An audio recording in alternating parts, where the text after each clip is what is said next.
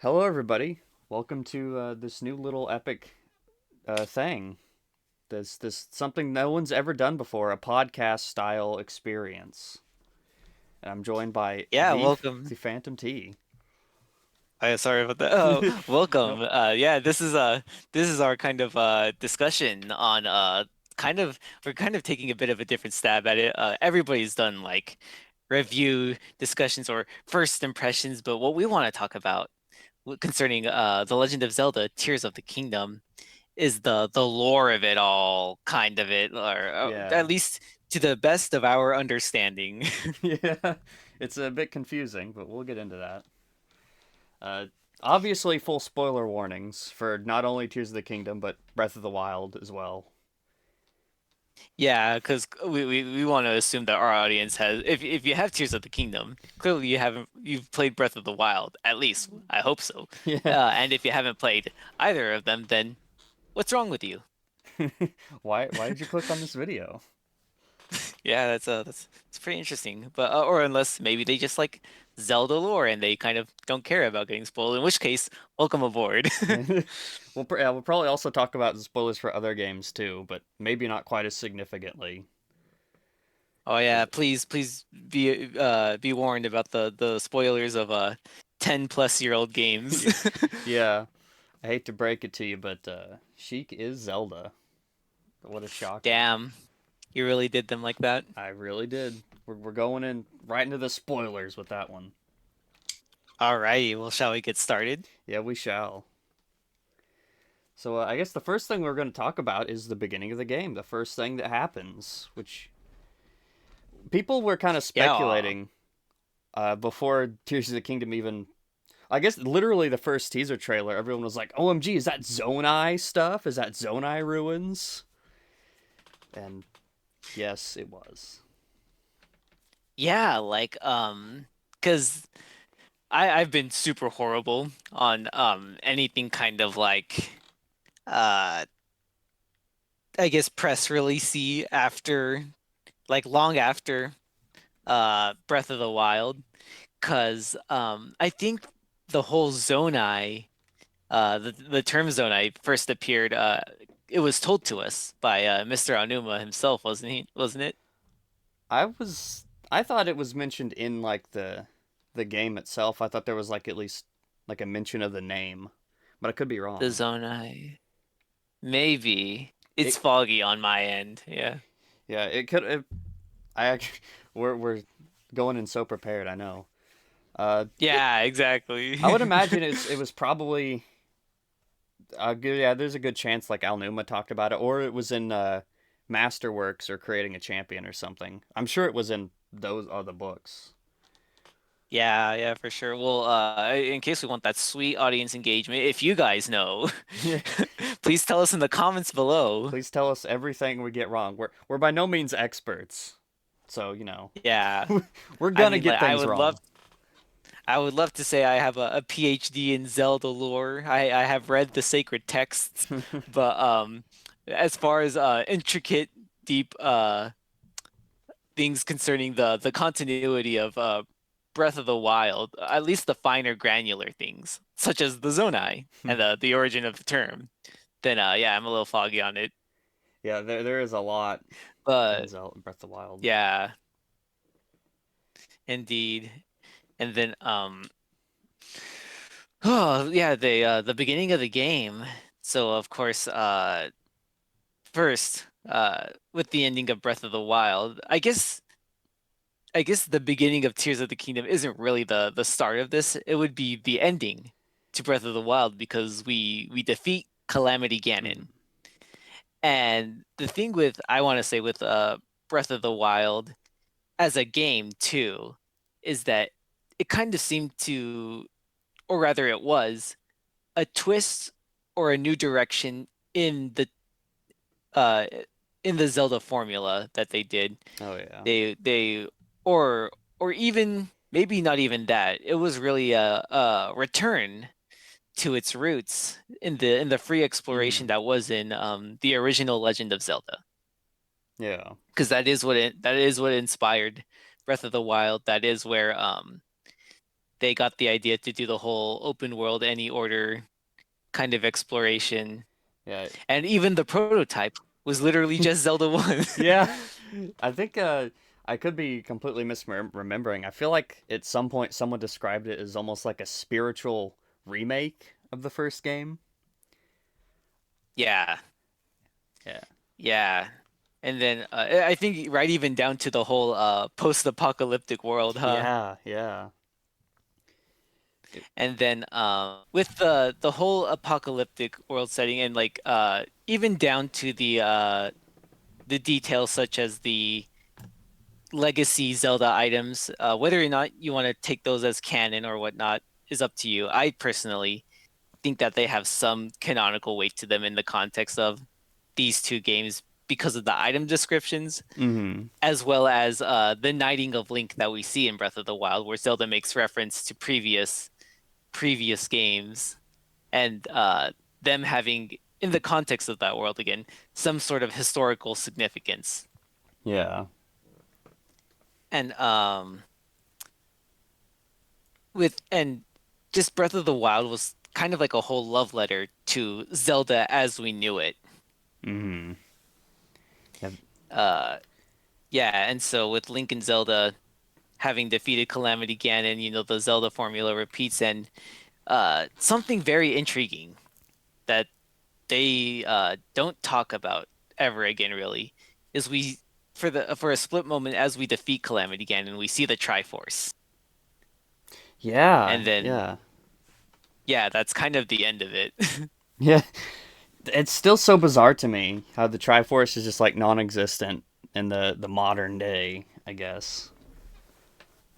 Yeah, the only thing kind of really related to it, um, on that kind of deistic level that Hyrule has their religion in is the goddess Hylia, because there's statues of her all over the place. Mhm. And nobody even makes reference to the creation goddesses. Yeah, the Triforce is like only seen in like the symbols, the iconography, not really mentioned at all. So Yeah, and that's kind of like something strange that I've heard discussion about as well as like, Ganondorf. He's typically always after the Triforce because that's always the end all be all. yeah, yeah, But in this game, it's very quickly shown that it's like he's just kind of a mean guy set out to rule the world with the immense power he already carries. yeah. It's very interesting, but I think we're getting a little bit ahead of ourselves because we're still trying to talk Yeah. about the beginning of the game. Yes, of course. Right, right.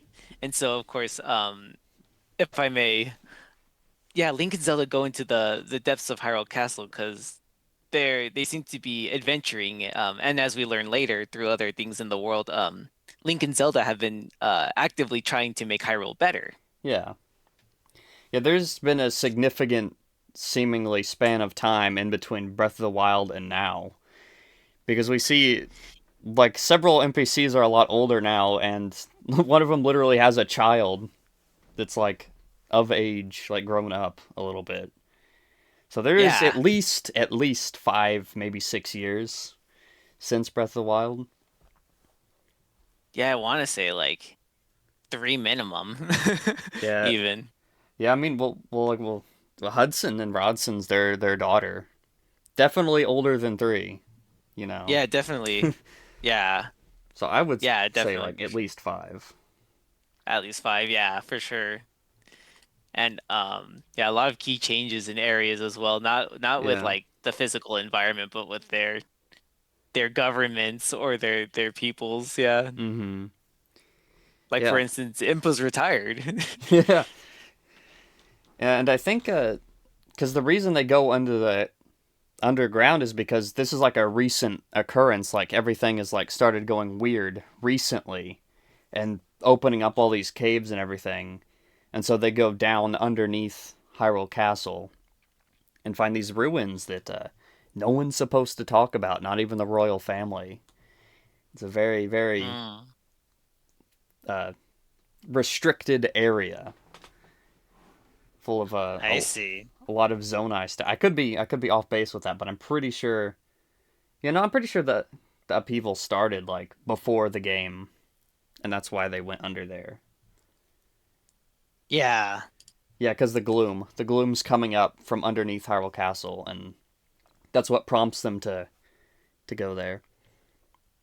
Hey, yo, there's something rank in the basement. We're gonna go check it out. And then yeah, Link and Zelda go down to the what is it called? Like the Hyrule Foundation, Hyrule Castle Foundation. Yeah, like something like that. Yeah, something like that. And then they find those glyphs in which Zelda brings back her old scientist self and starts geeking out. It's adorable. I love nerd Zelda so much. Yeah, and then her good old travel companion Link uh politely listens. Yeah.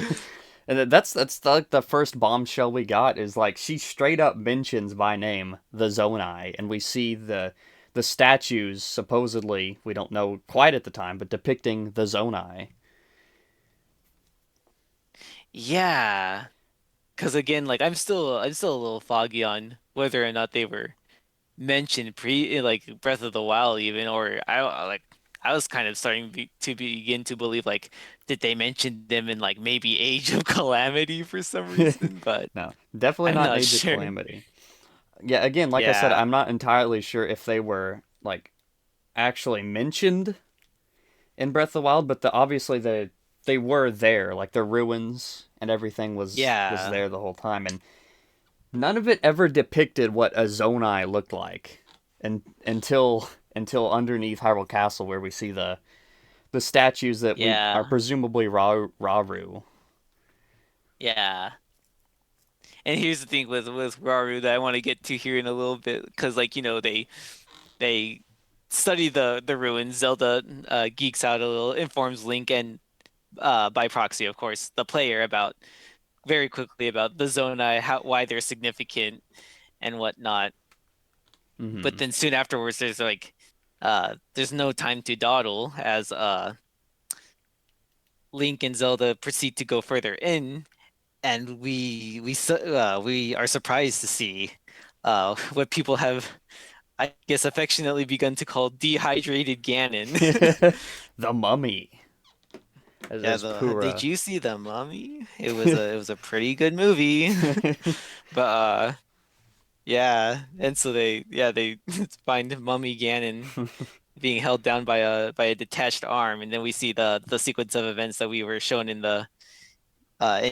rapid cuts and trailers. Yeah. Link gets the literally his arm almost burned off in a very horrific fashion.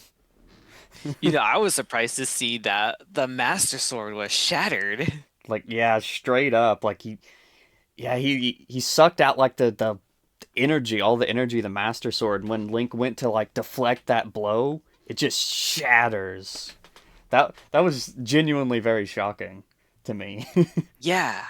And yeah, like because the Master Sword, like, that's always been the most powerful object in every Zelda game. Like that's the blade of evil's bane, the sword that seals the darkness, as even Ganondorf just refers to it. Yeah. And so a key moment really quickly that they do kind of flat out tell you later on is that you notice that even then when the Master Sword is pretty much at its lowest point that it's ever been in, even more than Breath of the Wild, because in Breath of the Wild it was just scratched up. Like Yeah. it was banged up a little bit, but this time the sword's just shattered. But even then, um, it manages to cut Ganondorf, Mhm. and that shows Zelda that like uh he bleeds. Yeah, It makes me wonder what if Ganon just got unlucky and like that one little shard's like hit him right in the head. This all could have it been just over. goes through his just roll credits like, oh, that was Yeah. weird. What do you think I would have Huh. been, Link? I don't know.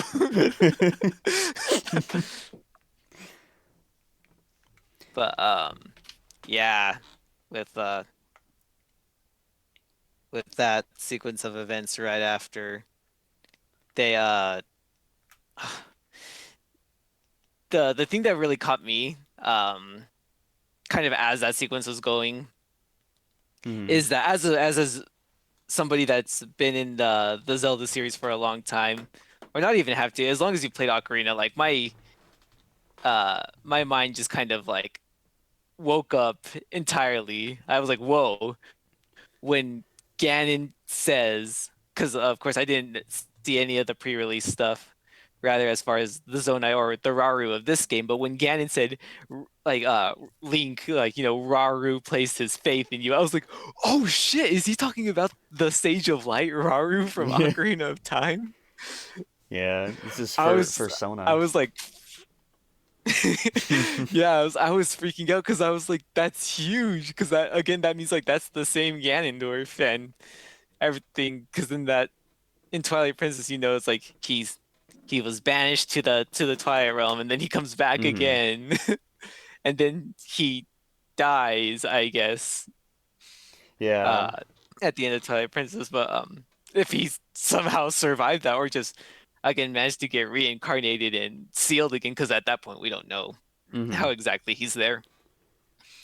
But yeah, I was just like, whoa. It was like, how many times do we have to teach you this lesson, old man? Hmm. But yeah, I thought it was to be honest, my hope was kind of a little shattered. Or like I was a little Mm-hmm. disappointed to know that this Raru is a completely different character and not the kind old sage that we met in on the N64. Yeah. So yeah, I guess after that, because I was watching the cutscene just now actually, and so like the time stone is on Raru's hand, and it falls off with his hand, which Zelda picks up, and then of course as Mm, she's falling, that transports her back all the way back in time, yeah. and I guess Raru's arm like just lifts Link, like lifts him or teleports him something to the Great Sky Island, which is Oh where yeah, we that's true. begin the game. Just dragging limps Yeah. or Link's limp body through the sky.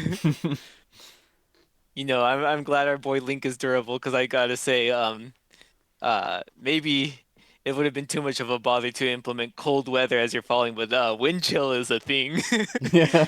you can die from. Mm. But it's just funny to just imagine Raru's arm just kind of lifting Link all the way up. Oh yeah, And and then of course that oh yeah. parallel of Link diving to save Zelda, that comes back. Remember that scene Oh yeah. of him Oh yeah, reaching that's for so Zelda. good. Yeah. But then that's really getting ahead of Oh ourselves. yeah. But yeah. And so then we kind of have we oh yeah, and then I do want to briefly mention like man, Link really did get Metroided there.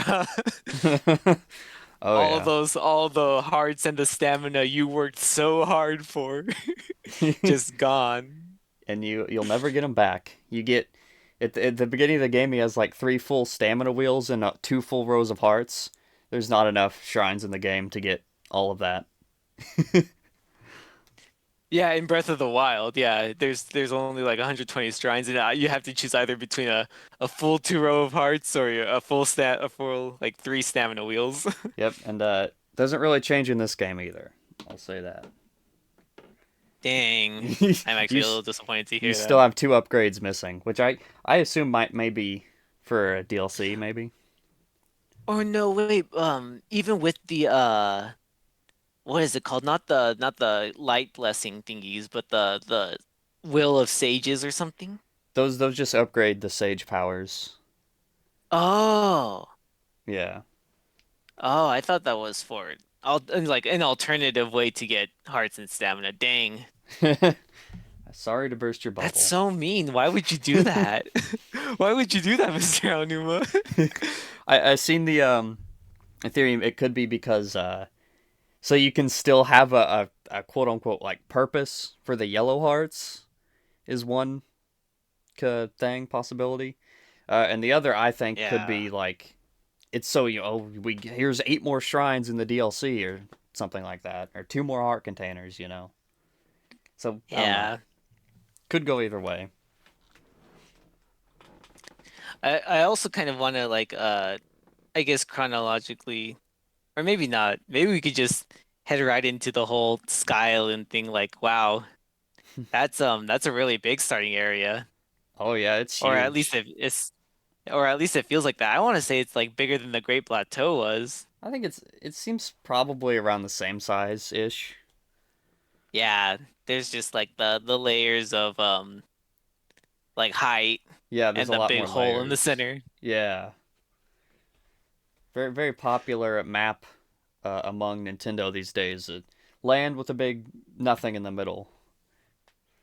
Oh yeah, definitely. And with I guess you could say pretty unclear point in space time, but at least the continuity of these two games. But like yeah, with the Sky Island, you go through it pretty much same run through as the beginning of Breath of the Wild. It's like, oh, you've been sleeping for a good minute there. Yeah. Now you got to get up and it's time to start doing things. Now at first, oh, I want to know what you think or what you thought too. But at first, I thought the time skip came from this. Like I thought, oh, did Link just go to sleep for like 8 years or something again? But Oh, and then I saw when I saw Pura, I was like, did we seriously just sleep for like 8 years or something, like 10 years? But no, no, I actually had a pretty good sense of immediacy. Like it wasn't very long after we were separated from Zelda. yeah, that's pretty clear. Like right after you meet Pura. But at first, Yeah, I was very curious. yeah, for sure. And I gotta say, I do love the atmospheric aspect that after that meeting with Ganondorf, you they let you keep the Master Sword for a little Mm, while. yeah, And I don't know, I made the foolish mistake of just like trying to attack and swing things with it and yeah, only for it to lose energy, and I don't think it charges back up. it doesn't. I shattered it like at the beginning of the tutorial, and it never came back. Yeah. So I wish I would have known that so I could have just kept it around Yeah, for a little bit, have it on my back, my poor buddy, the Master Sword. Don't worry, Fi. We'll get you someplace safe. I'm gonna get you out of there. Yeah. And so then yeah, we meet Raru and I was like, "Oh, you're like a furry goat man." Yeah, very interesting. Cause that It's like that's you're not. that's really when I started like questioning like okay, what is like this is the Zonai? Like this is so bizarre, right? Because in Yeah. no point in Breath of the Wild was it ever specified at all like what the Zonai were. You know, I guess everyone just assumed they were Hylians or like human adjacent, Mm, like the Hylians or Gerudo or Sheikah, whatever. yeah. Especially with the barbarian armor, which was hinted to be like Zonai. But yeah, no, I guess they Oh. were goat people or lizards or whatever they are. Yeah, some sort of goat or I honestly not sure, like some kind of animal people, because I Yeah, think Raru definitely looks more goat-like than his sister. yeah, yeah. And But yeah, because he's I think he specifies like then and there like he was the first king of Hyrule, which really brings into question the timeline. yeah, that's the huge elephant in the room that I kind of want to, if it's all right to go into now. Yeah, yeah. We might as It well. it's Everyone's beat the game already. It's yeah, clearly if they're listening to this, but fine. hopefully, but so like that's when I started to be like, whoa, hold up, you like the first king of Hyrule, like again, like. I don't know, everybody seems to be on the same page that Skyward Sword, Zelda, and Link were pretty close. Yeah, yeah. Um, so I don't know if technically Link, the hero of the sky, was the first king of Hyrule technically. But yeah, I don't think I ever saw Rauru in Skyward Sword as I was thinking. Yeah, I guess I think the mayor of the city was like meant to parallel Ocarina of Time Rauru, but that's a little, I think a Yeah, more shaky. particularly the owl form because of the whole Yeah, bird theming. yeah, Yeah, Gapora. yeah. Why are there no loft wings in this game, Nintendo? Yeah, I'm just like, oh yeah, if this was ancient Hyrule back in the time of its founding, shouldn't there still be loft wings? But uh, like, and so that's when I ultimately had to come to the conclusion of that Rauru was the first king of this version of the Kingdom of Hyrule. yeah. Because again, through the history of the franchise, Hyrule has been founded like three times now. Yeah. Um, Yeah, we had the original kingdom from the classic games. Then in the Wind Waker, uh, Link, Link and Tetra set out to find new land to make a new kingdom of Hyrule. mhm. Yeah, and there's no But shortage of like just calamities and destructions that could have happened in the meantime of just like anything that could have yeah, happened to make it so, oh, we have to found Hyrule again. Like everyone died again, time to rebuild the kingdom from scratch. yeah. So yeah, Or cuz like if you're unlucky because of time crap with Ocarina, and then like that screws up the cycle, and then the Triforce is like, oh, I guess Ganondorf comes back, but the cooking timer for the spirit of the hero and the blood of the goddess hasn't quite finished. So, whoops. Yeah, so I think at the beginning of the game, everyone was kind of under the assumption that, like, okay, well, this must take place before Skyward Sword, or during, or after, or what? It's very because that's like your first assumption, I guess. Like the first king, like, okay, is this like, and you see like all this ancient stuff. I guess that was Yeah, kind of my impression. I was like, how does this work? Is this like before? And we do like in Skyward Sword, you do see hints of like this ancient technology stuff. yeah, So people have long theorized that could be like Sheikah or Zonai technology in some way in Skyward Sword. yeah. Which I guess helps move on to the next little bit of the lore stuff in the story and whatnot is we eventually get out of the Zonai, I guess you could say the Zonai branch of the Temple of Time chain Yeah. of temples. Because I'm just like, isn't there literally, like he says, welcome to the Temple of Time or whatnot? And I'm just like, hold on, like, isn't the Temple of Time like that ruined old building down in the Great Plateau? No, no, those are the Temple of Time ruins. You see, Ah, Temple of Time yes, yes, of ruins. course. This is yeah, this is the one they made. Maybe after that. Or yeah, maybe after that because I remember the king in Breath of the Wild literally tells us that the Great Plateau is the birthplace of the Kingdom of Hyrule. Yeah, it's like kind of like I mean, basically they literally recreated Hyrule Castle Town, the like in ruin form. So that's like implied to basically be the area from Ocarina of Time, Yeah. essentially.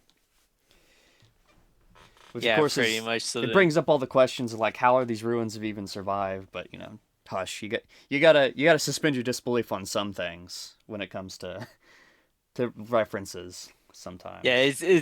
it was the very beginning of the many questions I had for this game and its continuity. Yeah.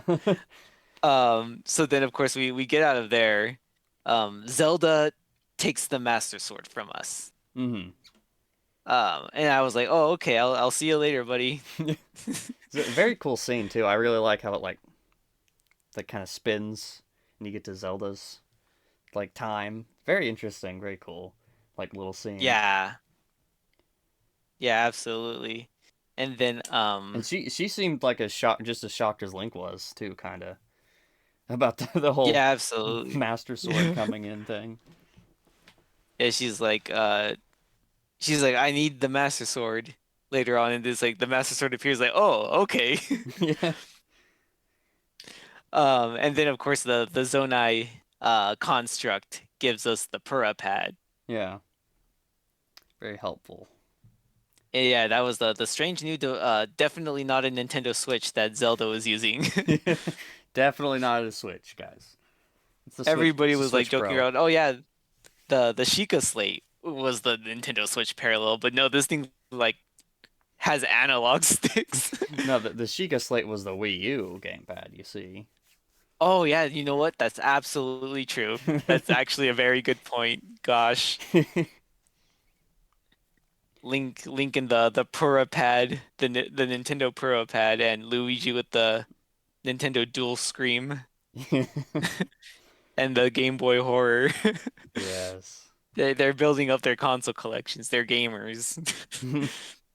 So I guess before we get, well, we're already like half an hour in, but before we get like too far into the lore, this is where the game begins. You jump off the island, and this is you're instructed and you're kind of pushed towards Lookout Landing, and this is kind of where just the game proper begins. So we'll talk a little bit about the game first, and then we'll get more into the lore. Okay. Yeah. Yeah, like wow. You know, I was gonna be like I was the guy in the cereal with the cereal bowl meme. It's like, are they really charging us $70 for a game with mostly reused assets? I was concerned about that too. I think everyone was.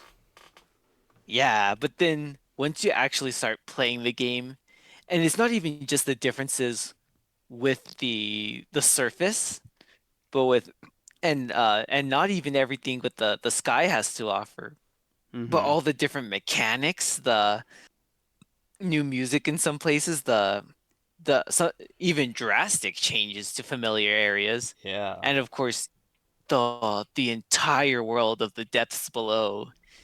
Like wow, they I was I think was expecting to have them like do yeah, make some changes to the world and whatnot and have a new story in there. You visit the same locations again and call it good. It's a new Zelda game. No, there is so much to this game that you have to say like, wow, they really spent like all those years in between now and Breath of the Wild to make this game. Yeah, it is nothing short of like phenomenal how much content is packed into this game. But not only that, but the fact that despite all of that, it does not feel bloated at all. It doesn't feel like you Yeah, just have things for the sake of having things. Everything just works. because what the feeling I got from Breath of the Wild was like, oh, this is just a really big Zelda game. Yeah, Hmm. but I almost got like the feeling of scale that I would get from a Xenoblade game Yeah. in Tears of the Kingdom with all of the stuff there is to do. Yeah. It's funny. People have made the joke like, "Oh, Breath of the Wild feels like a tech demo now." Like looking back, and it's like, I don't know if that's entirely true, but like it kind of feels that way, just by Yeah. how much like they took Breath of the Wild and they just added more, and it's great. It works so well. But Yeah, I and then I am kind of. uh Oh, sorry. You go ahead.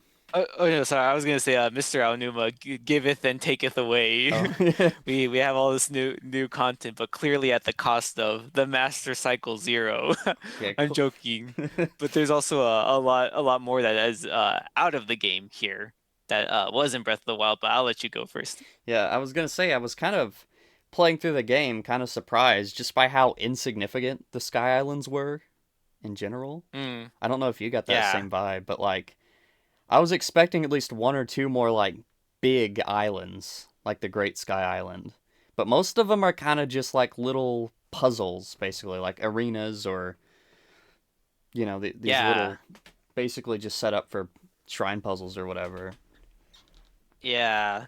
Yeah, and then we only have one dungeon in the sky. Yeah. Well, two. Tech. Yeah, two dungeons. Oh yeah, yeah, sorry. Yeah, I keep forgetting the Zora one. Whoops. um. Uh, Yeah, it's just shocking because that's what the game was marketed on.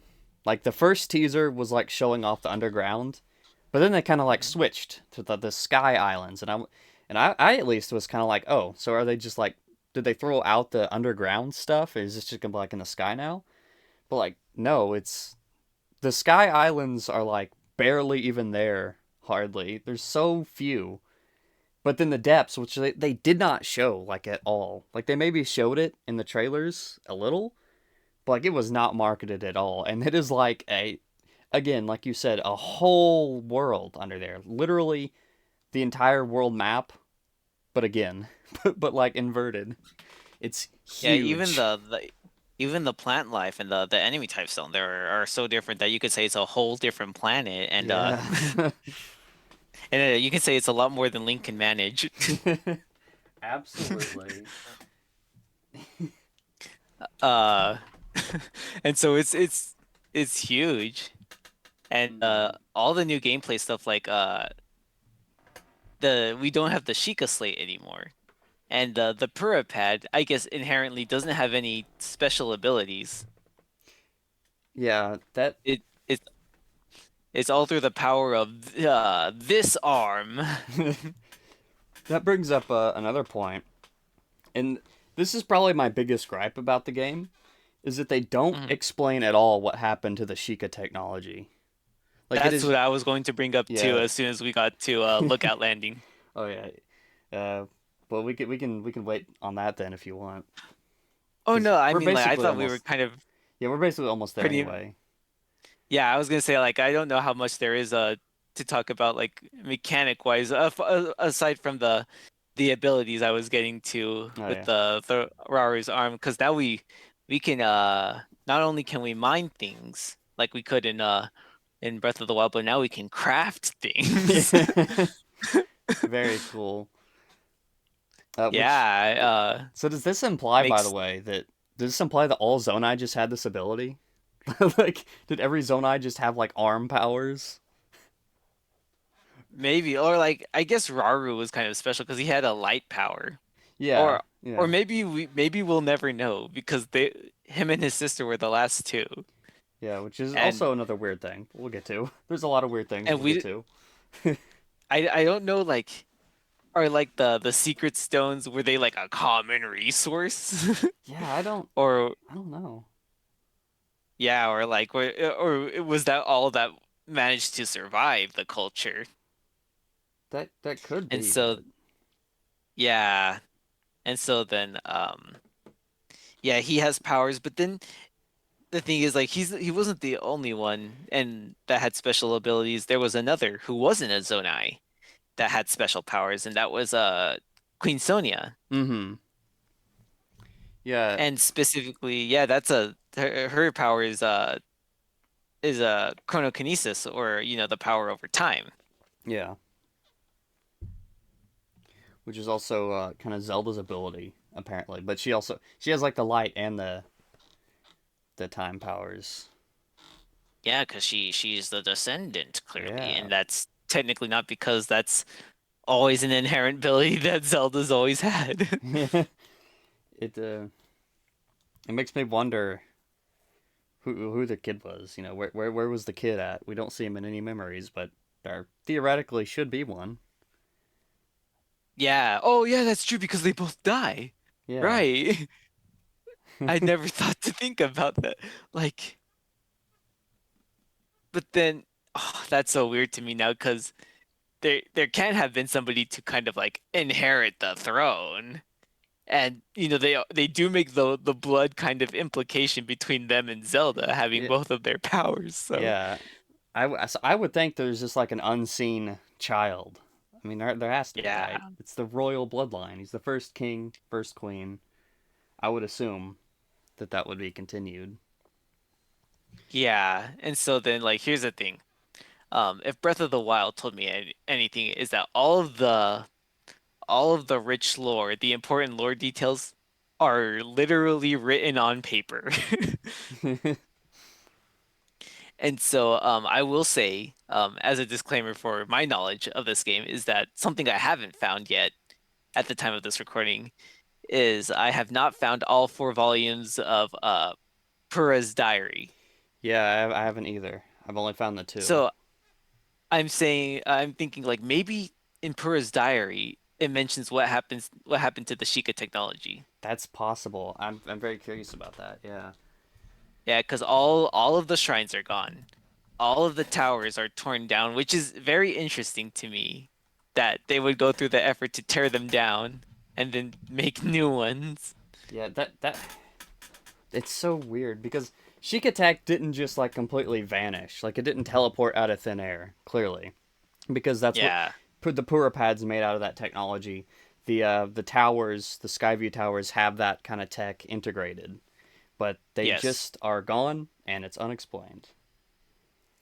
Yeah, I mean, I can see why you would get rid of the Guardians because yeah, those kind of like terrorized the kingdom for a century straight. Yeah. Um, and then the the thing that surprised me when I first made it to Hebra, the Hebra region and Rito Village, is I didn't see Vametto Mhm. standing on the perch. So I was just like, what happened to the divine beast? How Yeah. do you how do you in air quotes get rid of a divine beast? You I mean, take it to the huge smelting chamber in in Elden, I guess. like they could just I mean have walked away, but that's explainable. But what isn't is how do you just like completely gut the Shrine of Resurrection? Where did the Shrine of Resurrection go? Yeah, that's true. Like I that because that makes me think like maybe Pura and Robbie, like kind of the only two Sheikah scientists we know of, kind of uh scrounged it for parts because oh well, Calamity Ganon's gone. Guess we won't be needing this anymore. Maybe, yeah. But again, it's like there was a whole dungeon underneath the Great Plateau. Like I guess that could have just been caved in, but you can Yeah. literally just pull out an entire room Yeah. and one that's basically like Honestly. has the power to heal any wounds given enough time. That seems Hmm. important. It seems like something you'd want to keep around just in Yeah, some case. good medical tele technology that might want to be researched. Yeah. But yeah, and then like another thing really quickly with the Shrine of Resurrection is man, the Yiga clan really did kind of just move in there. They kind of just saw it was empty. It's like it's free real estate. Um yeah, so then all of the Sheikah technology is gone. Oh, however, we do actually end up getting ancient arrows back. Yeah. Yeah, there is a vendor in the game that gives you those, which is cool. Yeah, because like it's it was a pretty iconic part of Breath of the Wild, even down to the first trailer, the Yeah, first real yeah. trailer we got for the game. Literally the first trailer. Man, that's a good trailer too. Yeah, it Good was when trailer. everyone was, whoa, Link's a girl? Link's a girl. Gulp. No, he just our boy's just really androgynous this time around. Hell yeah. And so what is it? And so yeah, like all of the Sheikah technology is just gone unexplained. And I kind of wondered like, did they maybe repurpose the Sheikah slate to be the Purah pad? That's definitely But possible. But I yeah, it's like mean, I just don't we made it thinner, but we had to take all the runes out of it or whatnot. know. I You mean, don't I get bomb privileges anymore. I kind of assumed it was like a reconstructed, like reverse engineered Sheikah slate, basically. Yeah, yeah.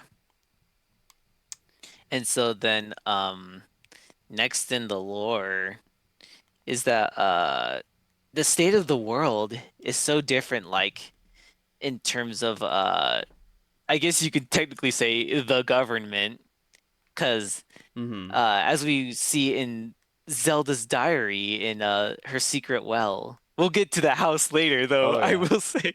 Oh yeah. But like in Zelda Secret World, like we she that it's I was happy to read that because we actually do get to hear of events directly after Breath of the Wild. She talks about going around, meeting the people of the world, and seeing that they hadn't given up Yeah. on the kingdom of Hyrule, and so that gives her the determination to come back as their princess and Mm-hmm. rebuild the kingdom.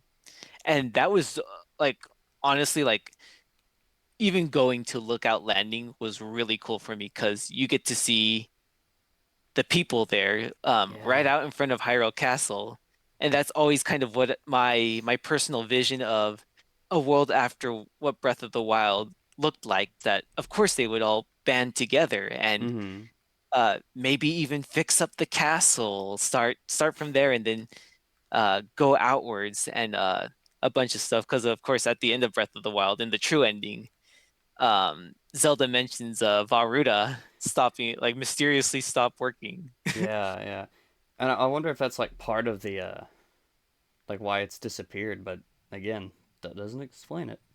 They don't explain it. I'm thinking maybe my current theory is that maybe the divine beasts are at this point, or at that point were literally powered by the souls of the champions. Yeah, that is So possible. yeah, so like at the end of Breath of the Wild, we literally see them move on to the next life. Mm-hmm. And so they've left this world, and of course that takes the power out of the divine beasts maybe.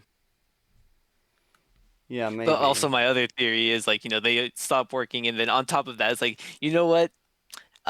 Seeing as Calamity Ganon managed to completely just hijack these things right from under our feet and use them against us, maybe it's a good idea if we don't have these things around anymore. These cute looking weapons of mass destruction. So they're cute little animals. Yeah. But but yeah, so then yeah, we see the people working together. We see Purah was a significant change because I was like, "Oh, hey, you fixed yourself up here." Yes. And she broke the internet. Oh yeah, she did. By the She way, I just want to say I just looked at the her diaries. It doesn't seem to mention anything about what happened to the Sheik attack. oh dang. Alrighty then. So that's still a mystery unexplained. Yeah. Maybe we'll have Man. to corner Mr. Aonuma in the in an interview and be like, what happened to the Sheik attack, Mr. Aonuma? Where did it go?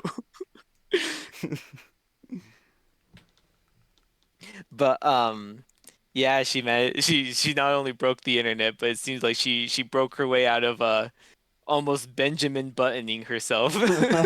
Yeah. Oh man. And I'm glad. I was also honestly like surprised that Impa didn't say, "Hey, yo, hit me with that." I can see her being like, "No, thanks. I like to live a pretty natural life. Thank you." And oh, okay, Yeah. just That definitely seems like input to me. yeah. I just have to say it's a bit of a shame. Age of Calamity, she just looked really good in that game. So She does. She does. but I guess, we have Pi, even if she's not a badass ninja. Yeah. So But yeah. yes. I guess that's pretty much where the game opens up. She tells you that there's phenomena going around in four different areas of the world.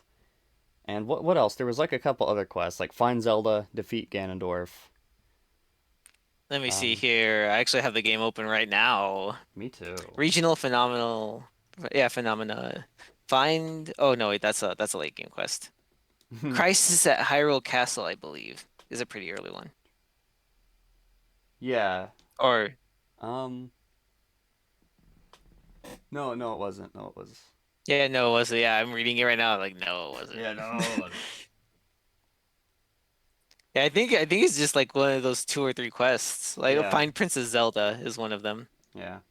Anyway, so like at that point, you're just directed to go and discover these phenomena. But the first thing I did, I don't know. I think you did too. I think you told me. The first thing I did was to go check on Paya.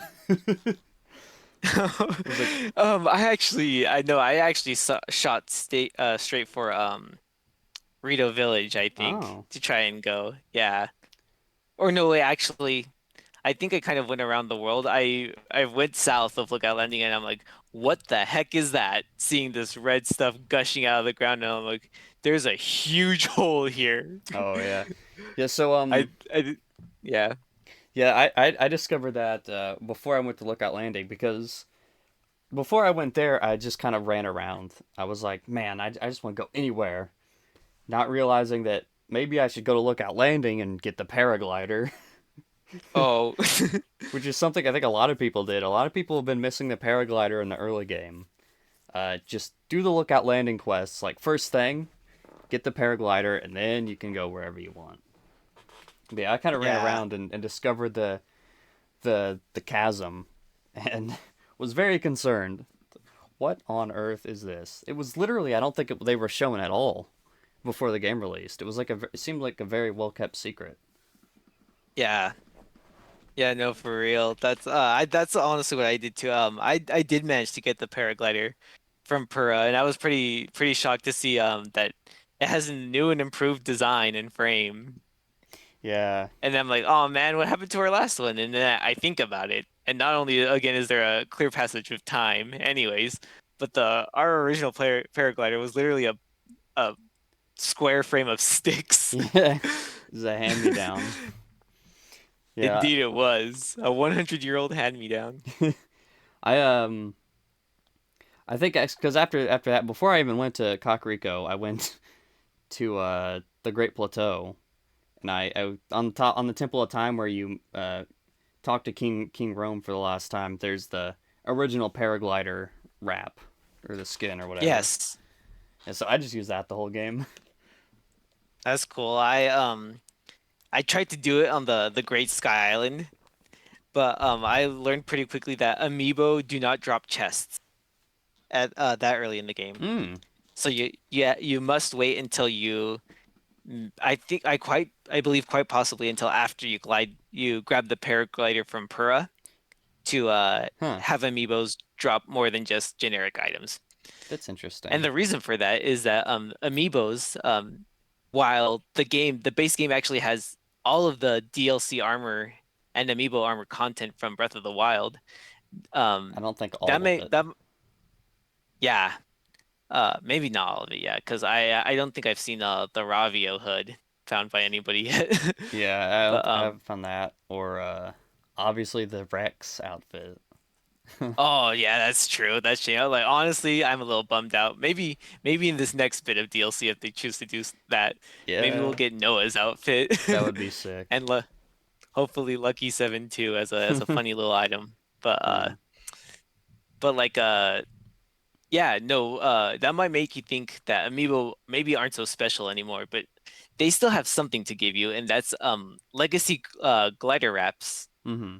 that all sorts of things like Twilight Princess League. For the record, very quickly, I was surprised to find out that your horse data carries over from Breath of the Wild. Oh, yeah, that was such a cool little secret. I will say it's not to me it's not the best like save data reward a game has given me. I argue the bonus money that Xenoblade Definitive Edition gives you for playing Xenoblade 2 is a better reward. Just because you're able to start off the game a little stronger. But I do appreciate that I don't have to track any horses down. But for Yeah. me, I was going to scan my Twilight Princess or my Smash Link amiibo anyways, and he still gives you Epona on the first scan. Not knowing this, I take Epona to the stable where I find out I already have Epona. So I'm like, oh, I guess Two of them. I have Epona the second, Epona and Zelda's horse. Had a little foal in the meantime, I guess maybe I don't know. um, I could be wrong about this, but I could swear like another save data reward you got is like I swear that some of the named locations were already filled out for me. Like, and I feel like that Hmm. might be because I already explored them in the first game. I don't know if that's true or not, but That seemed That'd be like it was actually the case. that'd be pretty cool actually. Um, Yeah. I also like how there's no explanation as to why we don't have a complete map of Hyrule. Uh-huh. Considering, yeah, we kind of went around filling out a map or charting the entire kingdom that way. Well, that was in the Sheikah slate, and which seems to be mysteriously missing. They So I'm didn't not think that sure. that lay of the land may have been valuable at all, maybe I even. guess not. Because I guess because part of the purpose of the Skyview Towers is to create a map, Yeah. and I'm like, well, we already have a map. It was. But okay, I guess like it is important to create a map again with all of the upheaval stuff and actual terraforming happening. I guess if the Sheikah technology just disappeared, like that data was tied to the towers and the like that network and the Sheikah slate. Yeah, So if the towers retracted or something or wherever they went, that network could have just been like disconnected. It could have like you know disconnected the what? shrines, disconnected the divine beasts and everything. Honestly, that's actually probably the best explanation we have for that right now is that maybe after the ghost passed on and Calamity Ganon was defeated and we see in a memory that they I guess they placed the Master Sword back Yeah. after that. And so maybe after all that the Sheikah Tech network goes offline and the towers recede and the shrines recede because we know that they both come up after Link awakens from the Shrine of Resurrection and scans the Sheikah slate on the rune in there for the first time. Mm-hmm. Yeah, it still So is yeah. kind of weird, but that would make sense. Yeah, still maybe doesn't quite explain the divine beasts, but okay. I mean, literally being shut down, sure. Literally disappearing, okay, I don't know. Yeah. So And let's yeah. yeah, What? Okay. What next? let's see here. What next? Let me I actually have the cutscenes pulled up here because if we're going on the story and the lore, then the memories are kind of the best place to look. So, yeah, Zelda whisks herself back in time because she has that natural time ability, which is pretty Yeah. interesting because I know that they like to ma thematically match up things pretty good. In Breath of the Wild, we're more so focused on Zelda's ability related to the light. Mm-hmm. And that's how she manages to, I guess, completely annihilate Calamity Ganon was her light power, and I guess presumably the power of the complete Triforce, maybe. Yeah. Maybe question mark.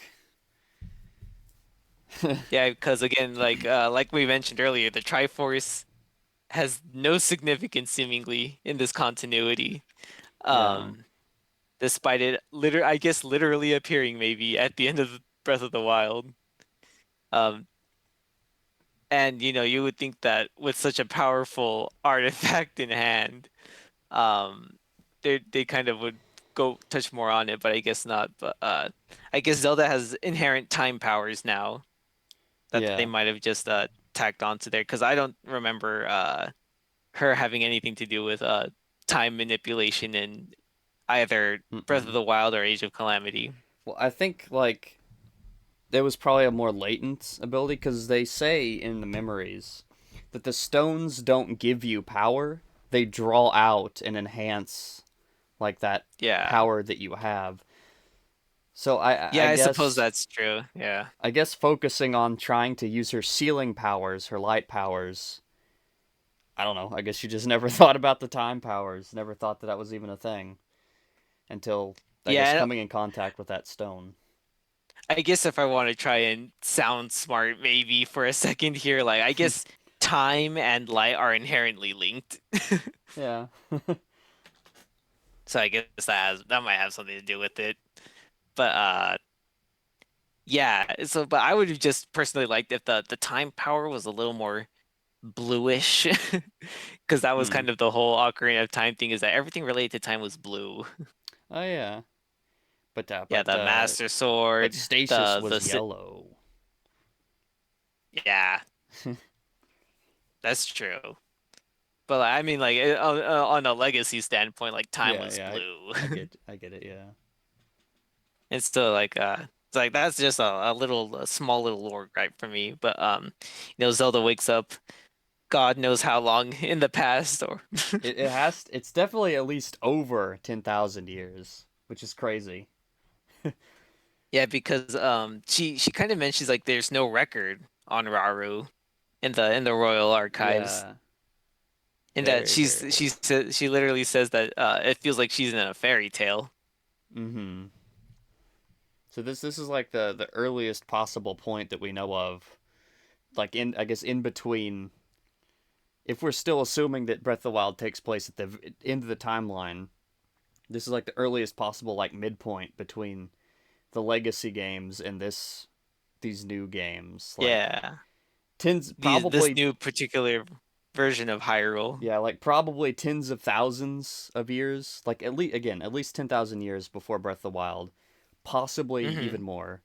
And also very likely tens of thousands of years after the last game in the old timeline.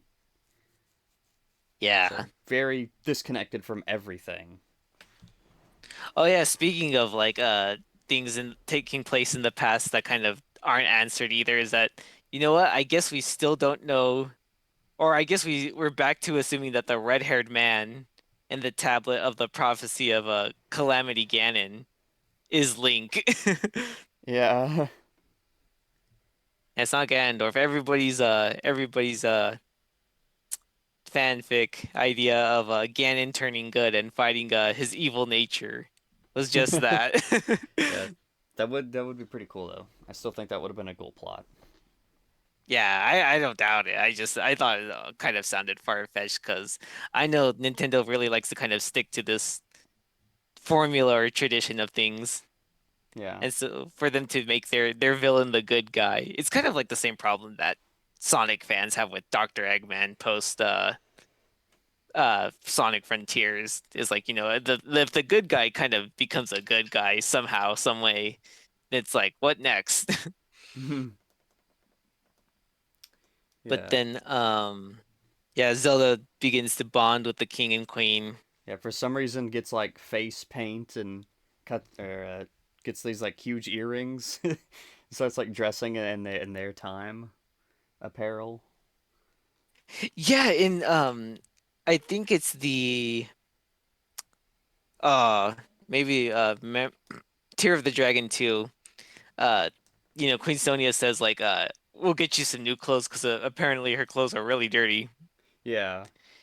And I just have to assume that like Queen Sonia just kind of gave her the spare outfit in her closet.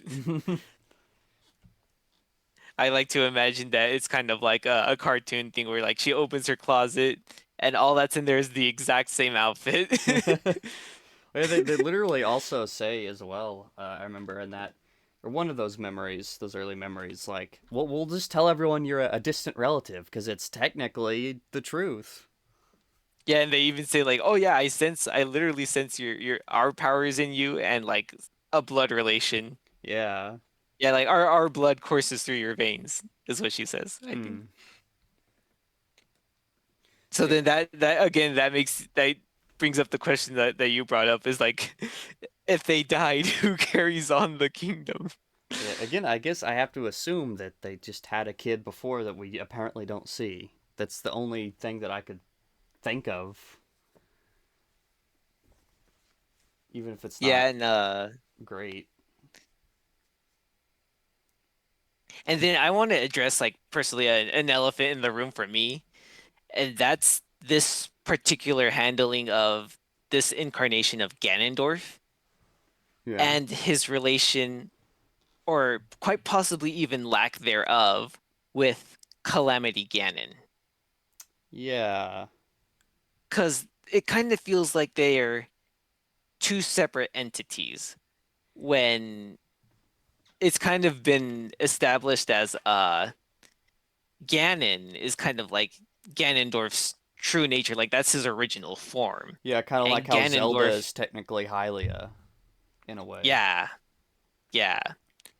Except like Ganondorf can become Ganon. Yeah. And I don't know if technically Zelda could possibly do the same, maybe with the Triforce. But we were Skyward Sword has told us or had told us that in order to better protect the mortals in Hyrule, that she gives up her divinity Mm-hmm. and kind of perpetuates herself as a bloodline, the blood of the goddess. Mm-hmm. Yeah. And yeah, and then of course choosing a champion and turning the spirit of the first hero, the hero of the sky Link, into this perpetual spirit of the hero. Mm-hmm. But then Demise kind of has to be a jerk and says, "All right, if you guys are gonna have that, then I'm gonna tack my own curse onto that."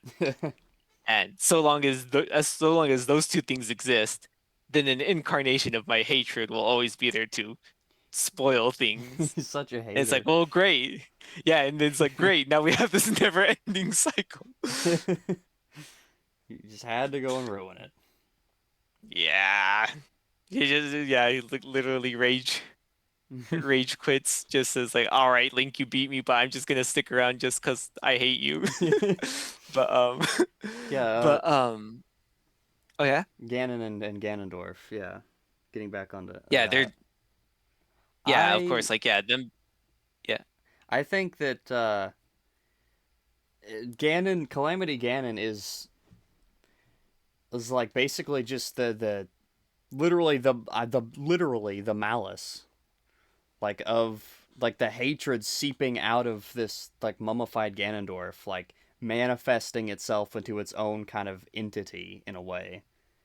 That's kind of how Mm, I would imagine because again, like he Ganondorf clearly doesn't even recognize Link or know him at all, or even the Master Sword. Which, if he could yeah, see through Calamity Ganon's eyes, he obviously would have had some knowledge of. yes.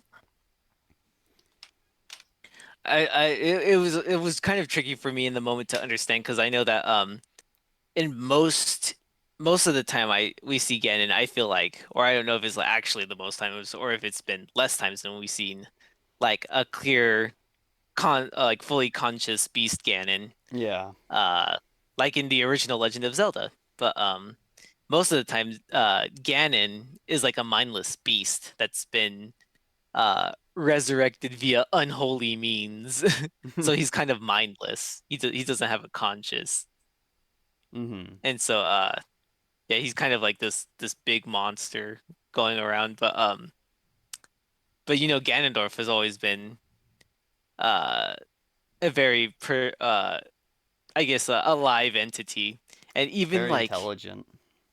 yeah, very intelligent. And throughout a lot of the mainline Zelda games, Ganondorf, more often than Link, has been kind of the same character and here and there, like with the early Zeldas or Link to the Past and Link's Awakening. Yeah, Ganondorf kind of has always been like there's only kind of really been like what one, two, or like one or two Ganondorfs because Ocarina of Time Ganondorf yeah, reappears in Twilight Princess and also reappears in the Wind Waker. yeah. I have to look at specifically the Wind Waker one because I don't remember. I think Ganondorf was sealed in the Sacred Realm.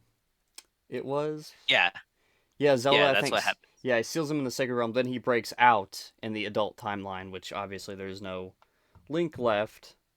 So he just kind of destroys everything.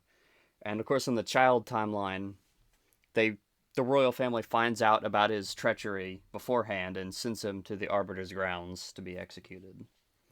Yeah, yeah, they heed Zelda's warning about him. Yeah, Yeah. yeah. So he's And so both the same in both of those, the same Ganon. yeah, and then I don't think Ganondorf reappears in other games, right? Um, It, yeah. So the downfall timeline is obviously the same Ganon as well, but yeah, no Ganondorf there. Uh, Yeah, I don't think he does appear. There is So in Four this Swords would make this like a Adventures. fresh. Oh yeah. In Oh, that's true. Four Swords Adventures, he does reincarnate again, but I don't think we Okay. technically see Dwarf there. I think it's just like Oh. I think it's like post Ganon transformation, but I think it is implied that Okay. in Four Swords Adventures, which is after Twilight Princess, he does reincarnate Hmm. again there. So it's technically, Yeah. I think, only like two that we know of. Yeah, but then yeah, this pretty much means that this is a fresh new incarnation of Ganondorf, Yeah, yeah, completely new. which I feel like reinforces the idea that this history of Hyrule is a completely new sequence of events after the main timeline. Yeah, because it wouldn't make sense. Like if this stuff did take place before or like shortly after Skyward Sword, it obviously wouldn't make sense if it took place before. But you know, it still would make sense because you can't really reincarnate if you're technically not dead. So Yeah.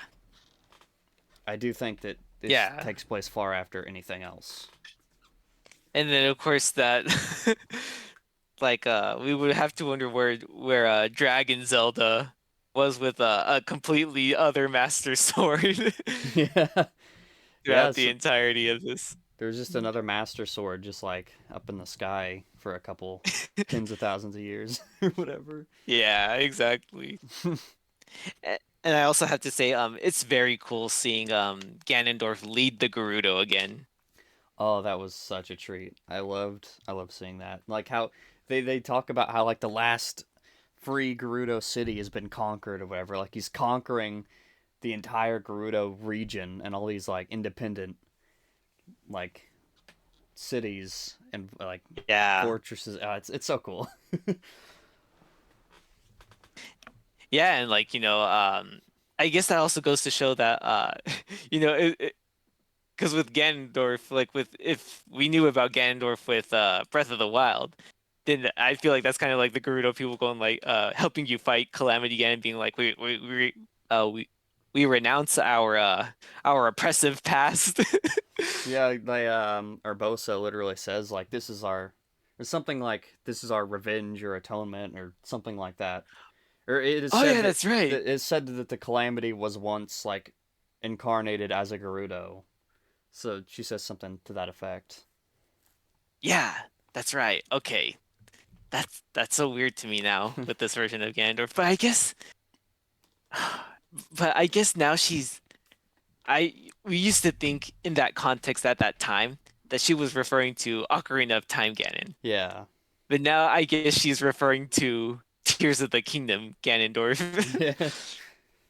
I guess so. But yeah, Yeah, which again more like still fuzzies me up on the connection between Calamity Ganon and Ganondorf, but okay. mhm. So anyway, getting back to the memories. The next Yeah. memory was they talked to Minoru, who is Raru's sister, and Hmm. she sets up the fact that like perhaps the only way that you can get back to your own time is through draconification, which is obviously forbidden. You can't do that. Which gives a lot of interesting context to the dragons, I feel, because I always really love the dragons in Breath of the Wild. But knowing now that like eating a sacred stone turns you into a dragon really makes you wonder like who the dragons were. Like because these dragons you see, Dinral, Farash, Nadra, were they once like Zonai? Zonai? Yeah, Yeah. that just connected for me too. Like, wow, that's Yeah, that's weird. really cool. And they have the big like floppy furry ears too. It's very Mm. interesting and I actually can't remember because I see the dragons in this game, and I thought they looked different from how they looked in Breath of the Wild. I thought in Breath of the Wild they looked more dragon-like. um I think they look mostly the same. Huh.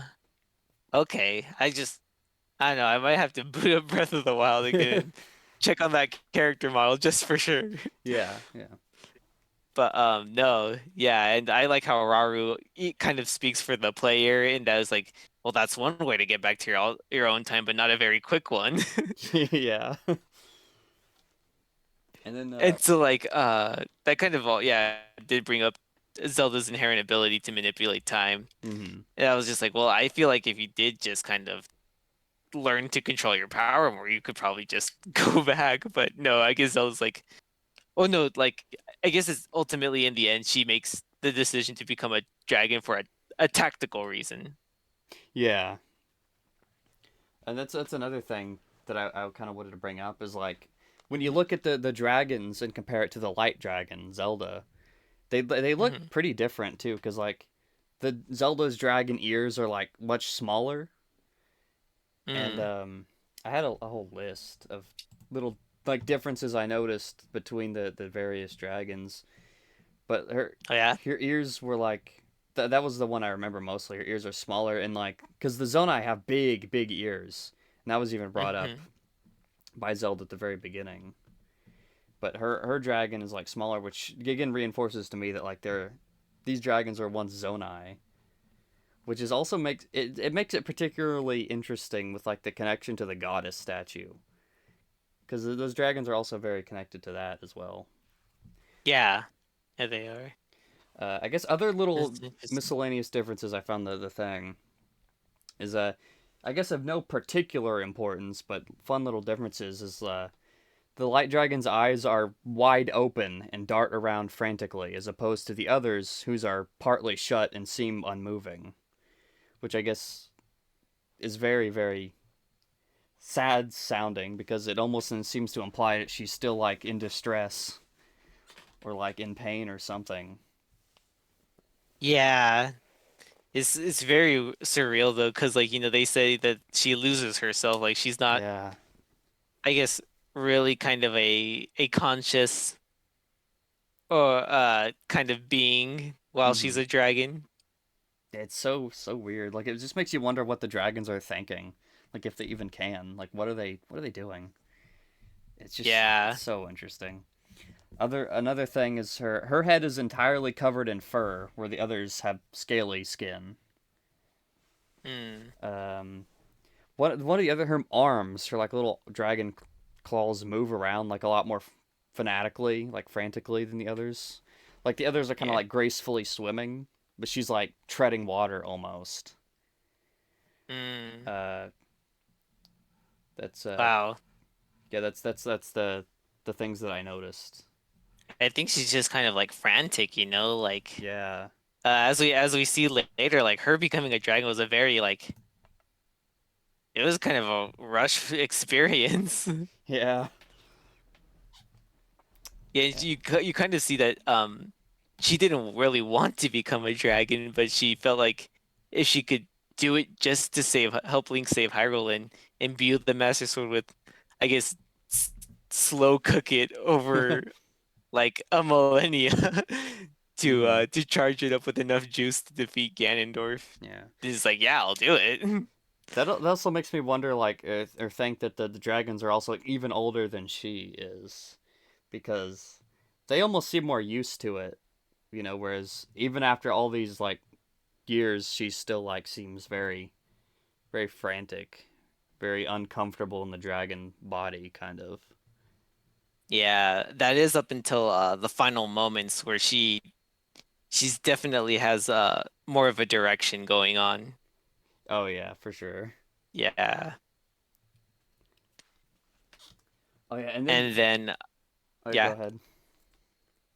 Oh no, I was gonna move on to the next memory, but no, Oh you go yeah, ahead. I was too. Oh, We have well then. the Gerudo assault.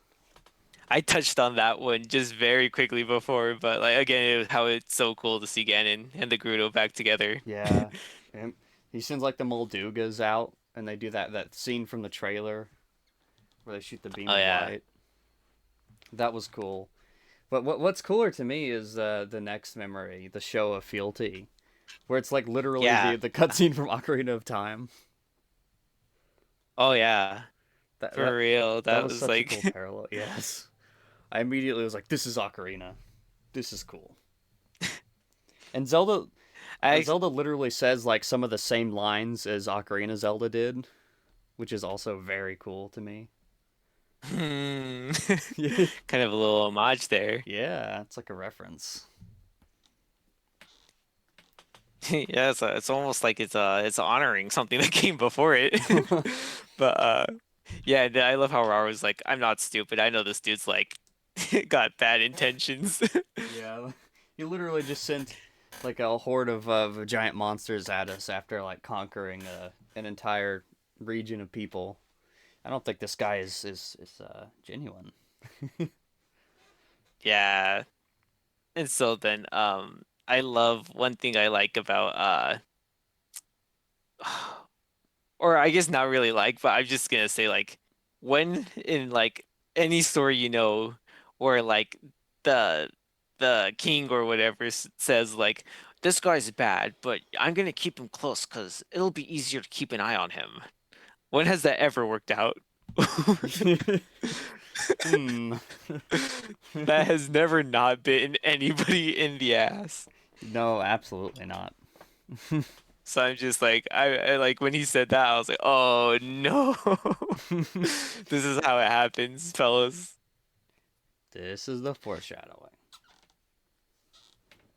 And so then honestly, I think that's all there is to that cutscene. Yeah, it's just a cool homage. But like the real meat and potatoes for me is this next memory, Zelda and Sonia. Yeah. Because again, this is the one we kind of brought up before, where Zelda's lineage and how they Hmm. sense the similar powers and whatnot. Yeah. But then it's for me it's like I was like I could care less about that. What really gets me is when Link starts to talk no, when Zelda starts to talk about Link. Oh yeah. Oh yeah, I love it.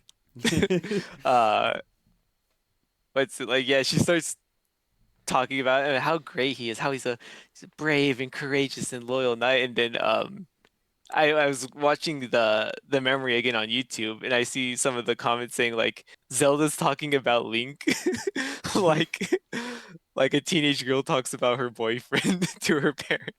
Yeah. Which she And literally even is. She literally is doing that. oh yeah. And then even Rauru and Sonia are kind of like intrigued parents. Yeah. Like, oh yeah, I would like to meet this Link. Like Link sounds very nice. I would very much like to meet him. So, oh yeah, me too. I'd like to meet Link. He sounds great.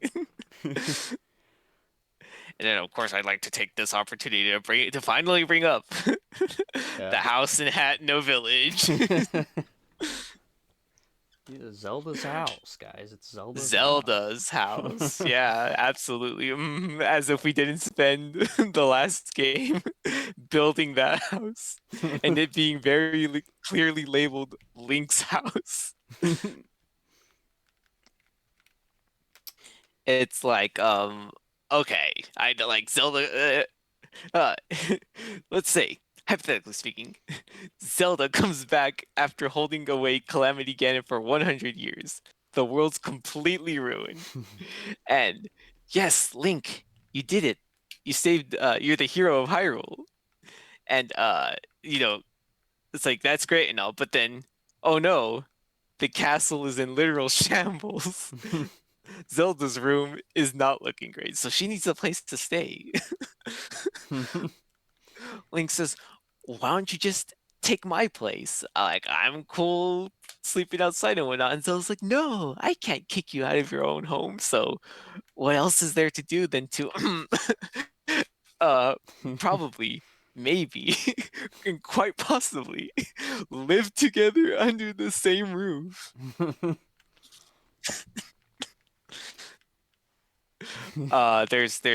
You go into Zelda's house, Yep, as yep. they call it in Hatno Village.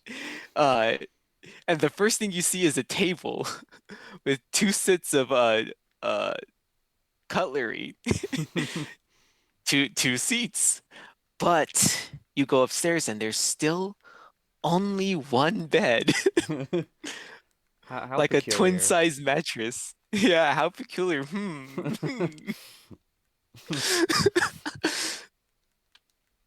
Yep.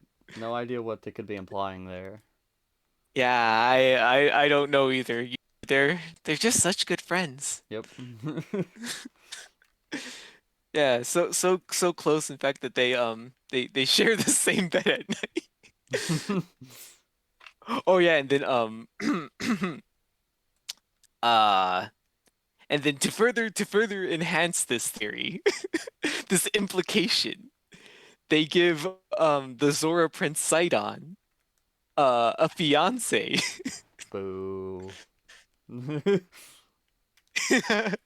Sorry, yaoi fans out there. We can't swim with the gay Link is fish. yeah. I When s- the fish isn't gay in the first place, apparently. Apparently, guys, we didn't retcon this in because we don't like your fan art. It was planned all along. It's just like Perfect Works, guys. You guys like Monolith Soft, right? It was planned all along, you know? Yeah, yeah. Like you boot up Sonia's profile in the menu, and she's Sidon's childhood friend. Didn't you guys see her in the background in the cutscenes of Breath of the Wild? She was right there. that's that's so cringe. 'Cause I literally can't think of a single reason why they did that other than to just to like try and get the fan art off of the internet. Like, come on, guys. Come on. Honestly, at the end of the day, nobody has to adhere to Yona being a thing. But Nintendo is definitely trying to distance that a little. Yeah, But especially I removing will, the Gerudo outfit too for Link. yeah, but then I mean, I don't know if that really matters considering when they have two other very interesting outfits for Link to wear. Someone on the team really, really liked Link. Exactly, exactly.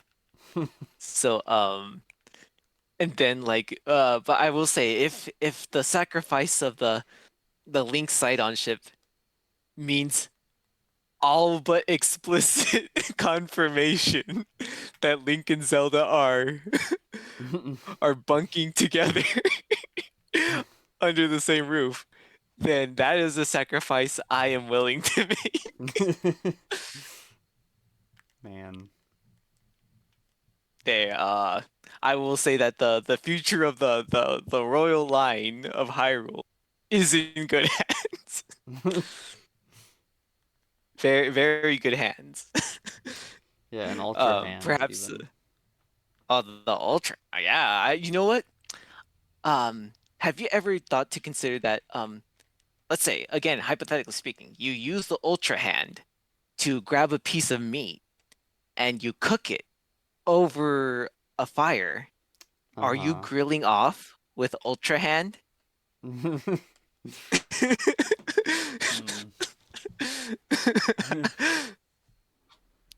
With the epic ability for it to extend and retract to cook your raw meats perfectly Yep. even. Yep. Yep. Is that can we make that like a speed run like side event that people like grill meat side by side with their copies of Tears of the Kingdom and see who can cook the most meat without burning it. The fastest in Tears of the Kingdom. Grill Off with Ultra Hand finally has a Switch port, guys. Today's menu on the Link family. Yeah, Ganondorf's suddenly a chill guy and he comes over and heartily laughs as he eats dinner with Link, Zelda, and the rest of the modern champions. Yeah. Oh yeah, and what's it? Sonia and Rauru are alive and they're a happy, healthy couple for some reason. So Yeah, I want the AU where Sonya and Rauru are like Zelda's parents. dang, I guess King Rome is just chopped liver. He's the kooky grandpa there. Yeah. We're just rearranging the familial order here. Yeah, King Daphne's and King Rome are the cool uncles. Oh yeah, sorry. Shoot. King Rome, the King of Red Lions, I'm a fake fan, guys. Exposed. Live on live on Fiery Mew. Yep. Anyway, so Zelda What's it? tries to kill Sonya. What a shock, guys. It's it's Zelda. Yeah. Yeah, I was actually gonna say moving on to the next memory. Yeah, Zelda's like, you are already dead, and tries stabbing her. Wow, I can't believe When Zelda would do that. yeah, in fact, it's so unbelievable that Queen Sonia doesn't buy it for a single dang second. Yeah. Zelda uses her time power to be like, "Did you really think you got us?" Honestly, at first I was kind of wondering if this was like some kind of like training or something. You know, Mm. like Zelda was tasked with like trying to attempt to like obviously not really do it, but I don't know, just like train or some, for whatever reason. But obviously, it was revealed to be a puppet of Ganon. What a surprise! Yeah, I honestly called it immediately the second she was super sus. Yeah. So I'm like, oh yeah, it's a puppet. Or like I was expecting it to like for Zelda to the imposter Zelda to poof and it being like a Yiga clan member, but I'm like, silly Phantom T. The Yiga clan doesn't exist yet. Nope. Nope. Yeah, because I was like, that's something like a ninja magic would do, like in Naruto, and even. But then, because we but all know then, that Naruto is accurate ninja lore. Anyways, yeah, then Ganon just kills her anyway. He's- yeah, yeah, he's literally like teleports behind her and says, yeah. "Nothing personnel can." What was the point of the Like, puppet, where did he Ganon? come If from? he just punches her in the gut and kills her. Okay. Yeah, and then I guess Ganon just doesn't kill Zelda either. It's like, oh, that's cool. I was only here to take one life today. Yeah. Not a monster, I was only in the guys. mood. Yeah, I was only in the mood for one gal, but anyways, like I was not. I will say I was. I kind of like reeled in my chair seeing him, his face like almost actively distort and Yeah. do that insane anime laugh smile thing. Yeah. The iconic now meme face. Yeah, and so I was just like, well, I want to say that was uncharacteristic of him to do that. Yeah. Because for the rest of the game, literally, that's the only point in the game he's like that. And then for the rest of it, he's like, oh, a big serious man. In that singular moment, Ganondorf soy jacked.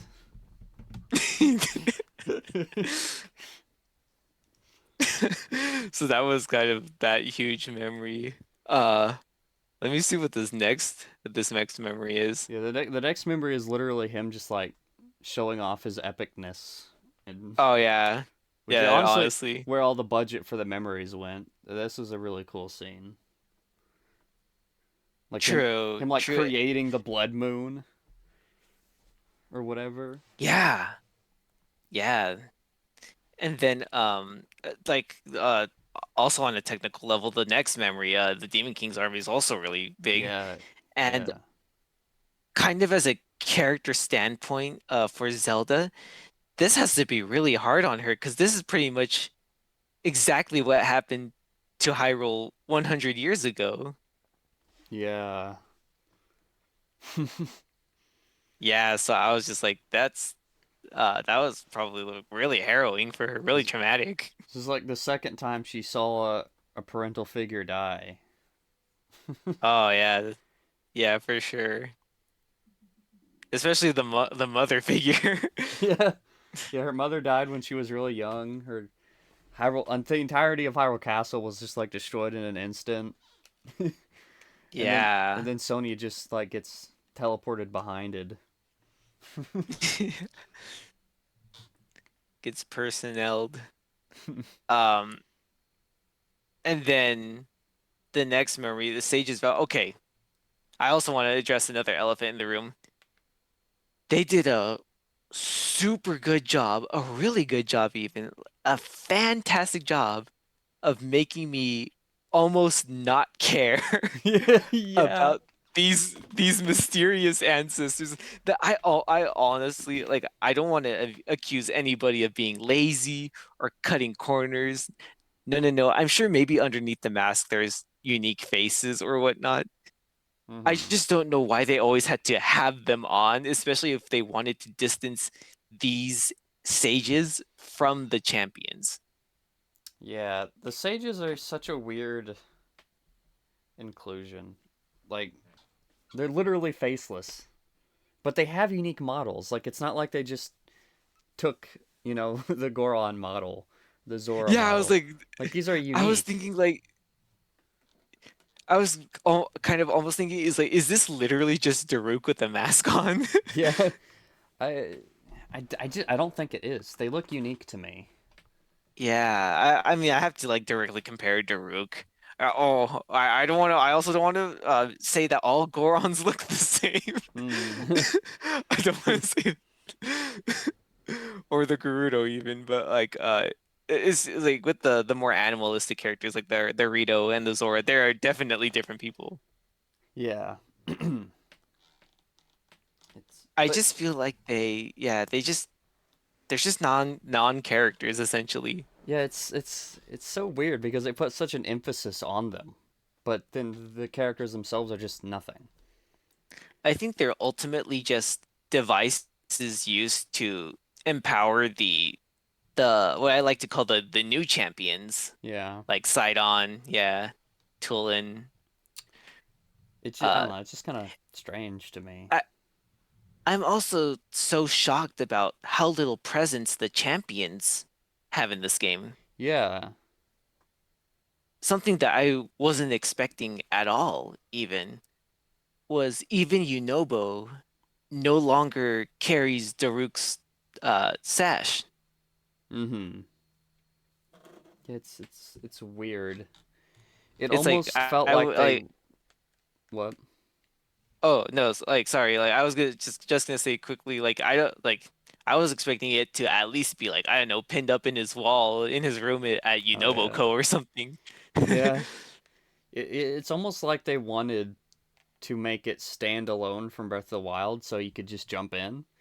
But I almost Yeah. feel like there's just not enough connections. Well, I mean there is, but there are some crucial things that are missing from Breath of the Hmm. Wild that you would expect would at least be brought up in some way. And the champions, you can at least find their photo, like that photo in Zelda's house. But I don't Yeah. know. I guess they Yeah, didn't it's need to like be brought up, but I don't know. It just would have been maybe nice to have a little some bit of them more. have like very intrinsic connections Yeah. to the world even because like even in it's so weird because like I know we were talking about Link and Sidon and Yona earlier, but in Zora's domain, um I guess really out of character for the Zora people and Sidon is that the statue of Mipha isn't there anymore. Yeah. It's been replaced by a statue of Link and Sidon. Yeah. Yeah. They made a new statue. Yeah, and so then um Like, they and kind of even then like dedicated that whole mountain to Mifa, so I mean that makes sense to me. okay, you know what? That's true. That is true. And I can't remember if if the statue of her was there or not, but that is true. I kind of forgot about that, Yeah, honestly. in Mifa's court. True, true. And then even in Sidon's character profile, Mipha's mentioned very explicitly there, Hmm. saying that, you know, Sidon's sister, the champion Mipha, fought the Calamity 100 years ago. And so then I was just like, oh, okay. But now Urbosa is kind of like in Gerudo Town, like in spirit only. Yeah. Like Riju is definitely using her armaments, and I think that was really cool. Hmm. And same with the other new champions as well. Like Sidon, I think is still using Mipha's trident. Yunobo still Yeah. has Daruk's crusher, Yeah. and then you know I think Teba was using Rivali's bow and then hands it to Tulin at the end of the quest with him. I think so. Yeah. Technically, Tulin is like, correct me if I'm wrong, like the only one who actually uses the champion ability, because that's technically Rivali's Gale. Like it's Yeah, his that same range is. power, but Sidon doesn't use Mifa's healing power. It doesn't use. Yeah, Riju uses her Urbosa's lightning, so Yeah, she does. Yeah. those two. I I'm don't sad that, like now that the divine beasts are gone, we'll never know if the helmet fits her now. know. What's it? And then I almost want to say they kind of like retconned an ability to all the Zoras that they have power over water. Unless I severely misremember them doing that in Breath of the Wild. I feel like that's something only like Sidon and Co have, like only special. I don't think they all have power over water. Like you see Yona and the other Zora gals in Mipha's court like helping Oh, out with the oh yeah, water. yeah. Okay, Yeah, that is true. That could also just be like magic, like just standard that's true. magic, maybe. I don't know that. Ancient Zora magic. Yeah, I don't know that they all have like the same mastery over water as we see like Sidon using to create bubbles, Yeah, or like an Age of Calamity. true. Sidon's a waterbender confirmed. It's true. He is. Yeah. Yeah, and only Mipha had like a healing ability, really. Yeah, that was kind of her special power. Oh, speaking of special powers, I was honestly sincerely amazed that not once did we ever see Yunobo use Daruk's protection. Yeah, yeah. That is certainly wild. Yeah, I thought that was super weird. Like it was the ability just tied to his ghost. Like both Link and Yunobo had Daruk's protection until Daruk's like, okay, I'm going now. Sorry, guys. Yeah, yeah, no, because Because I thought it's just passed down through the I bloodline. yeah, I thought it was an inherited ability Hmm. that Yunobo had. But just to see him never use it was just crazy to me. I was like, what happened? Yeah, that's strange. And then again with the champions that despite them not being really present in the story, they still have the huge monument to Daruk Yeah, in Goron City. Yeah. I guess they didn't really need to be present in the story. I think Yeah, they didn't talking need to, about but I wish this, I kind of think that they did get enough. They got enough like hit references and everything. I think yeah, I feel like it's. the only person who was like decently brought up, like even with passing mentions, like I'm not wanting them to be like crucial story elements. I'm just again like they're connected to these characters in significant ways. Hmm. Like, I wouldn't have really liked it if uh Mipha had this whole relationship with Link and then only for her to be not present at all in Tears of the Kingdom. Thankfully that wasn't the case. Yeah. But it's like just to have that like Rivali is almost never mentioned by name and I don't think the platform, I can't remember if it is or not. Let me check again real quickly, but I don't think the landing platform in Rio Village is called Rivali's Landing anymore. Huh. I did not notice that. Yeah, so it's just like, is this Rivali erasure? Question mark. Everyone does hate him for some reason. Yeah, damn. I guess they didn't bother. He was that much of an asshole that they're like, you know what? Forget about that guy. Sad. Like after the Vaughn Meadow mysteriously disappears, they're like, Rivali who? Zelda's the only gal kind enough to care. Damn. Yeah, Zelda. But, and then yeah. Um. Yeah, So so then yeah, the that next one was yes, I think that is that King's Duty. yeah. He's like, I'm gonna kill myself, Zelda. Yeah, It's like she tries Zelda tries to pull a Lucina. It's like no, don't do that. You're going to die. yeah. Yeah, because she recognizes the arm. That's like I think during a previous memory, she recognizes the arm that was kind of Yeah. holding him back. And so then Raru's like, "That's cool, kiddo, but that's your problem." So Well, the M and the sages all go to seal Ganondorf, who's for some reason under Hyrule Castle. That yeah. was kind of confusing to me. I don't They don't explain like, okay, why did Zelda or why did Ganondorf specifically go to right underneath Hyrule Castle? Yeah, I don't know. It's like, is this like the Jedi temple with the secret Sith temple built underneath of it?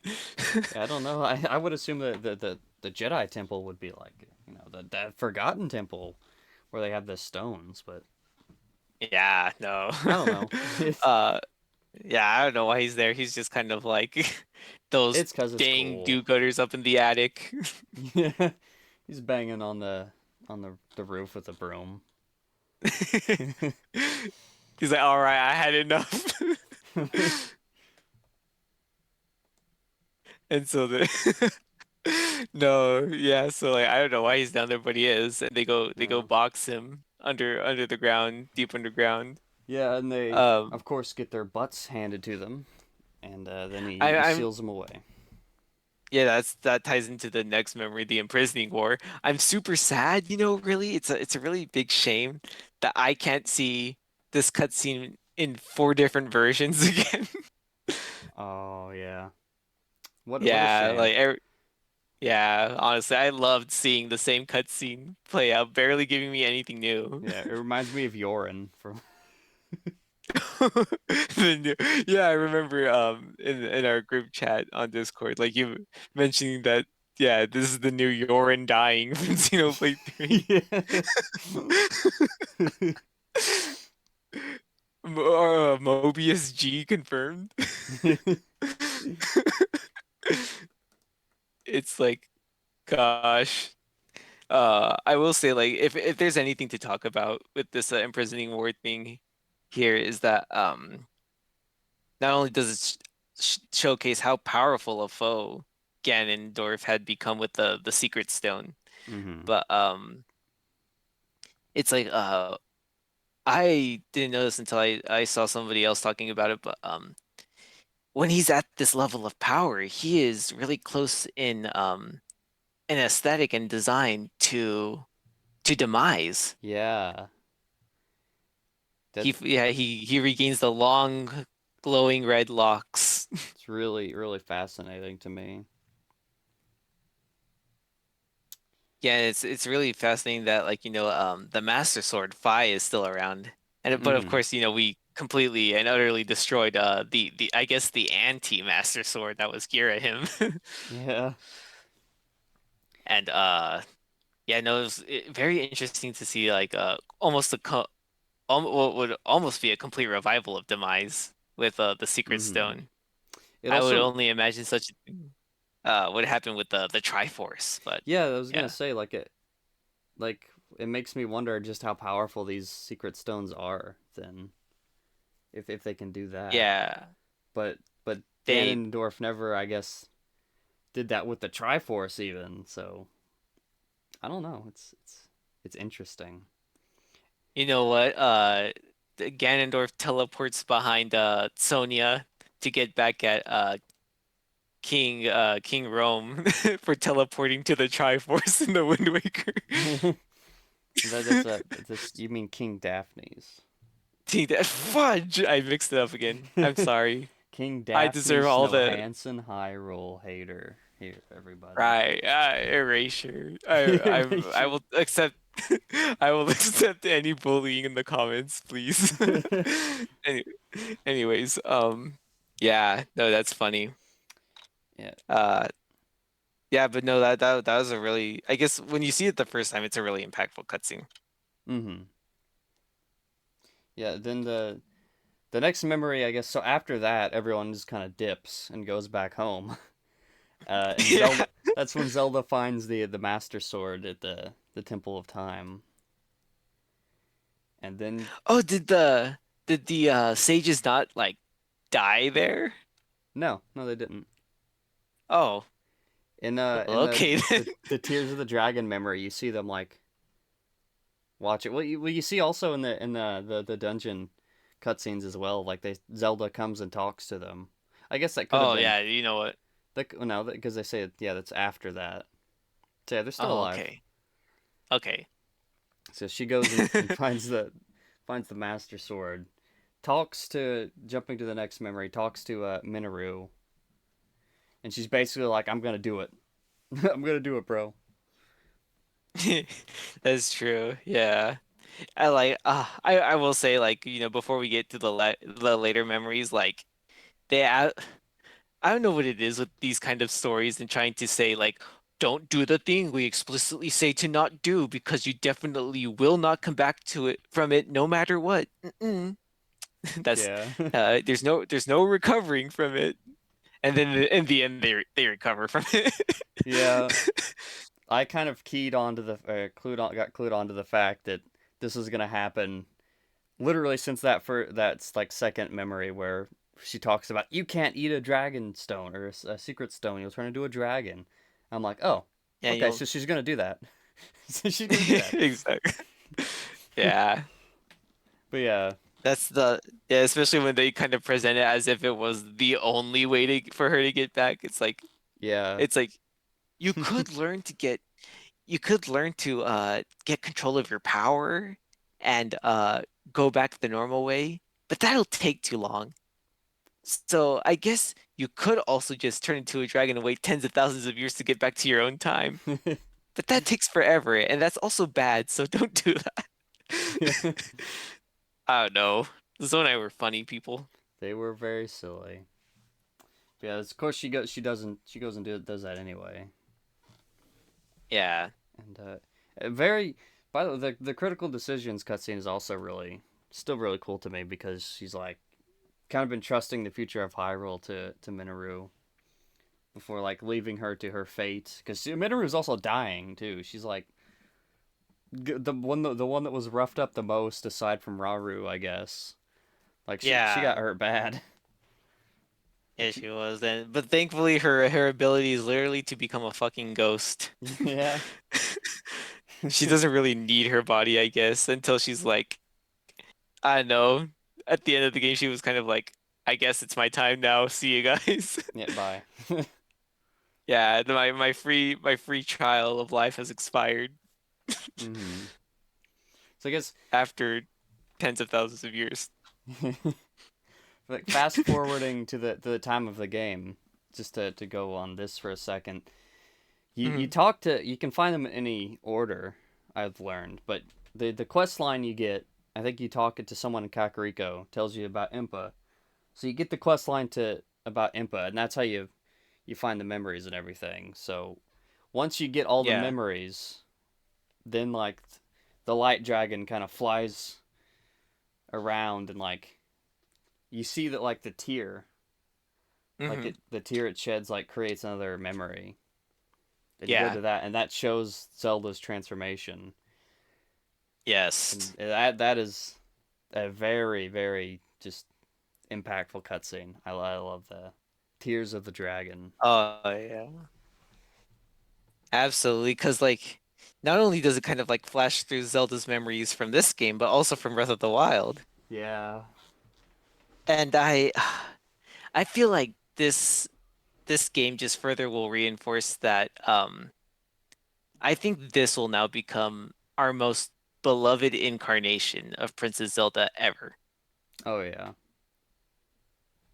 Because um Ocarina of Time Zelda was very cool in her own right.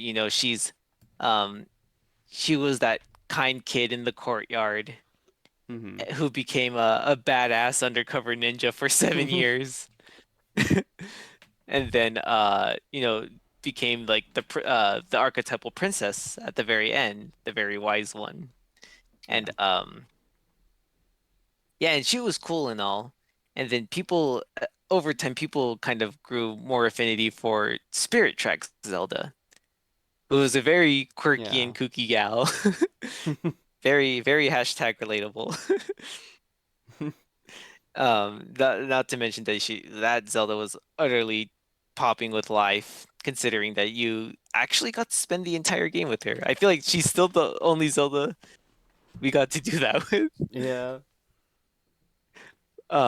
I was like, of course, leading up into this game, I was thinking that was gonna be we were going to adventure with Zelda this time. And everybody was like, "Yay, playable Zelda, maybe, hopefully." Fingers But crossed. no. Breath of the Wild 3, Yeah, people. unfortunately Breath of the Wild 3. It's that gonna is, I happen. guess, if Mr. Aonuma and the team still have ideas they want to express in this world. But I honestly like if even if that was the case, what the heck do you even do? Haven't the people suffered enough? I don't Uh know. Vadi comes back and tries to Yeah. resurrect Ganon Let's again. go. Let's go. Honestly, I think people would actually pop off for Vadi. Yeah. I'm honestly kind of But thinking I'm on the thinking that we're gonna keep up with this Link and Zelda. I don't know what exactly we're gonna do, but I kind of have a feeling. they're going to put a baby crib in the next house. I'm joking. I'm joking, fellas. But what's it? They yeah, no, because I don't think any Zelda comes even close to this bond that we've created with this particular Princess Zelda because we've seen so much of her. And Yeah. sure, we've seen her connection and relationship with Link grow since the memories and I guess whether you count it or not, technically, like I kind of believe that I guess because the Zelda team also was involved with the Age of Calamity, that pretty much half of that game is canon. Yeah.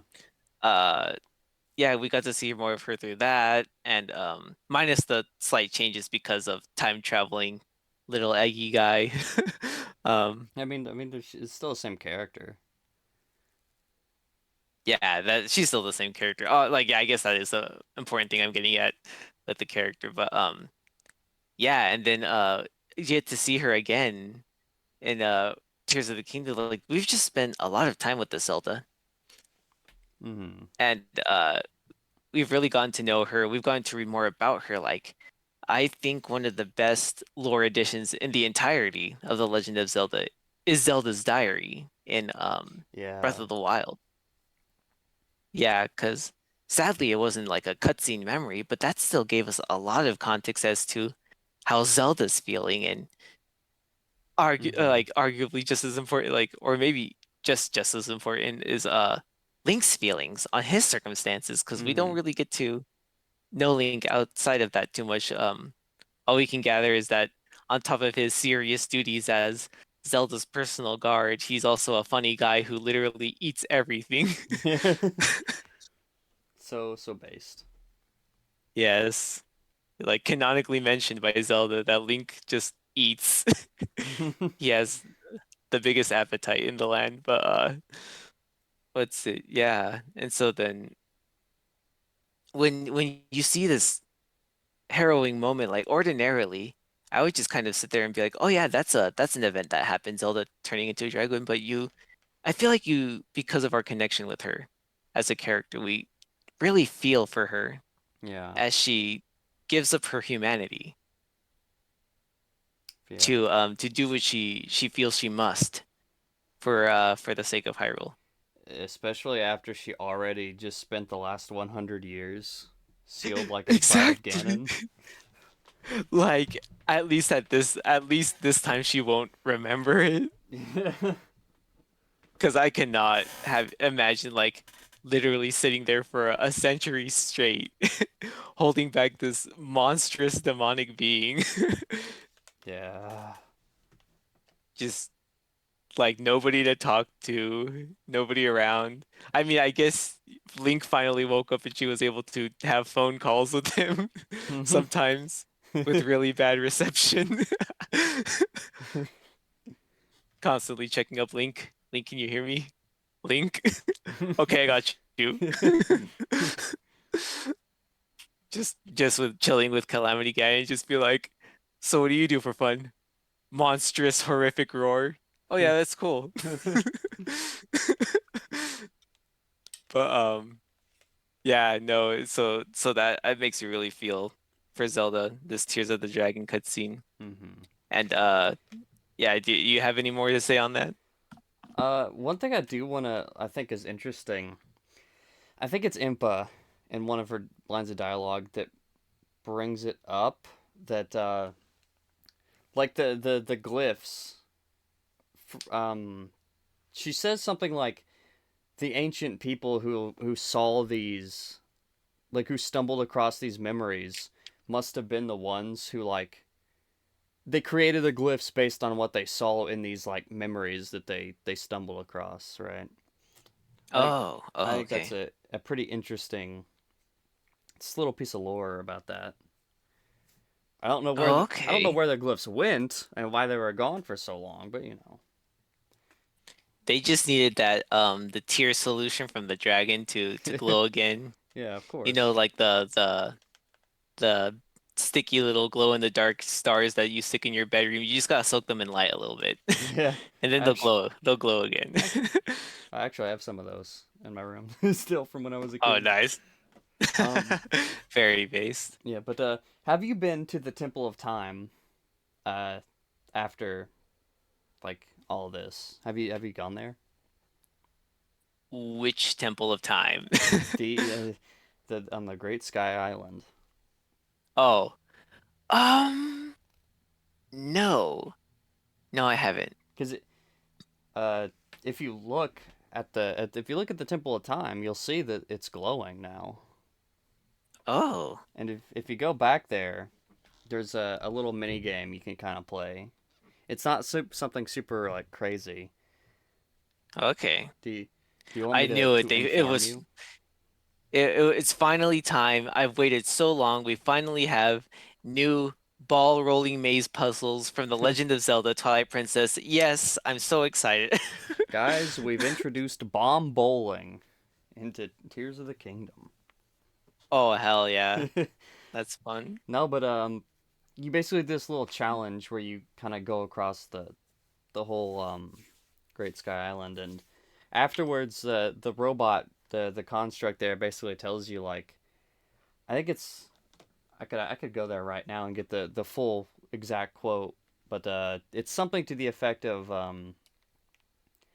they after like Zelda left, I think the sages um use their power to make the sky islands float, like all these islands float up into the air so that they could Oh, stay safe and stay pure from like the corruption of Ganondorf while they awaited the hero who would eventually arrive.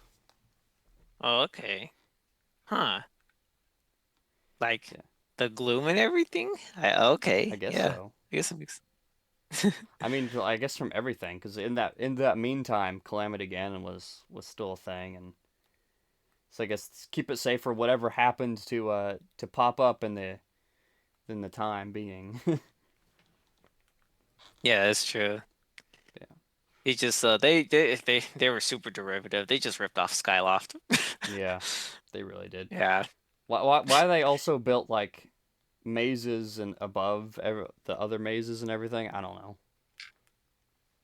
Yeah, I don't know. Like they just saw the two labyrinths and we're like, Yeah. those look cool. Let's take them up with us. We'll just go through them for fun later if we get bored. Oh yeah. And That's I guess the we're done with the memories now pretty much. There's like one left, but it's the Master Sword memory. I I did want to talk Oh, about that one okay. because Yeah. I think that's like one of the most peak Zelda moments in the entire franchise. Oh yeah, it is so good. Especially after if you see it after like knowing if Hmm. after seeing the Tears of the Dragon memory, it is Yeah. powerful. Oh, it's so good. And geez, that whole moment, turning everything on like its head, just instead of hearts, now it's stamina. Like you have to have the stamina to pull the Master Sword from the dragon's head, and then you hmm just see that this beautiful and impactful cutscene was Zelda like passing the torch to Link. Yeah. Like she like of course this is a Zelda after Link has already saved the world once. Mm-hmm. And but even before then, as we got to see in the memories from Breath of the Wild, is that she's seen everything that Link has overcome. And now that includes Calamity Ganon. So this is a Zelda that has complete and utter faith in Link. Yeah. And yeah, even Rauru and Sonia comment like, "Wow, you're very confident in him."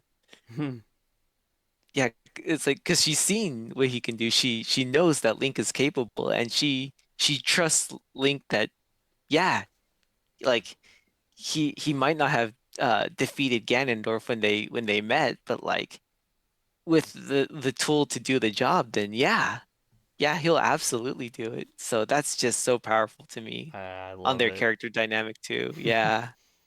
And then that epic shot, definitely referencing Snake Wave from Dragon Ball. Yeah. Yes. Nah, that was super cool. And again, I'm a sucker for reprised and referential things, especially just Mm-hmm. again like the Master. I think I might speak for a lot of Zelda fans that the Master Sword jingle will never get old. Yeah. Just absolutely wonderful. And now Fi has had that tens of thousands of year energy drink. She's ready to roll. I love that, like even if they don't know who the voice in the sword is, I'm glad like the five fans out there who miss her telling you that your batteries are almost dead, like had they were eating good in this game. Like the Yes. Master Sword spoke with Zelda when she whisked it out of time. Yeah, and they also talk I, about how the Master Sword literally only ever just gets more and more powerful. yeah, I was actually gonna draw a parallel to another sword in another property being the Sword of Godric Gryffindor from Harry Potter. Mm. Being like a blade. If you're not familiar, it is a blade, a magical blade that it's not like it doesn't necessarily vanquish evil. It takes in only that which makes it stronger. So dirt and rust have no effect on the blade. Um, Whatever attempts to destroy the blade, it will only absorb. Hmm. And that's why it's able to destroy powerful objects, say like the Horcruxes, the objects that hold Voldemort's soul. I see. And so like I found it to be a similar concept to that, where like the Master Sword only takes in the sacred light that makes it stronger to defeat the darkness. And since, what better battery is there than the literal incarnation of the goddess Hylia? Yep. Yeah, and again, presumably the power of the complete Triforce. Yeah, that still waiting on an answer for that, Alnuma. Yeah, and then the Korok Forest too, because one memory we didn't touch upon was the very first one, Oh chronologically yeah. speaking. Yeah, that's the one Yeah, that the talks about the Master Sword getting more powerful. yeah, I knew that. I kind of knew where things were heading for in that direction too. When he's like, "Oh yeah, like they're taking in sacred light," and I'm like, "Is Zelda gonna supercharge it?" But but yeah, because when you really think about it, the oldest things, the very eldest things in the world of the Breath of the Wild are outside of like the concepts, like the goddess Hylia and the royal family are the oldest objects and things are the Temple of Time ruins slash Great Plateau, Uh-huh. the Master Sword. I guess the Master Sword itself would have been the last thing I would have said, but also the Great Deku Tree, because I guess presumably this is still the Great Deku Tree sprout from Ocarina of Time. Yeah, Maybe, maybe. maybe Unclear. It could be something unclear. different. But Yeah, could be. And then Yeah, I'm honestly sad that they kind of maybe passed up a little bit of an opportunity to reference the insides of the Great Deku Tree from Ocarina of Time when you literally go into the Deku Tree again. Yeah, it would have been maybe cool to have like a little mini recreation of a room or two. Yeah.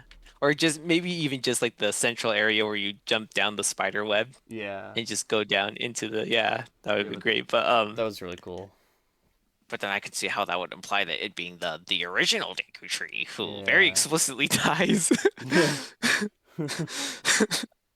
But but yeah, no, it was and so then yeah, those are like the very oldest things in this world. So it's just super cool to see everything come back full circle. And I know like in the group chat before, like not a lore related thing, but like a kind of a physical world related thing was that all of the shrines and the light roots are like on top of one another, on the surface at least, not for the sky, Yeah, but and the names are reversed.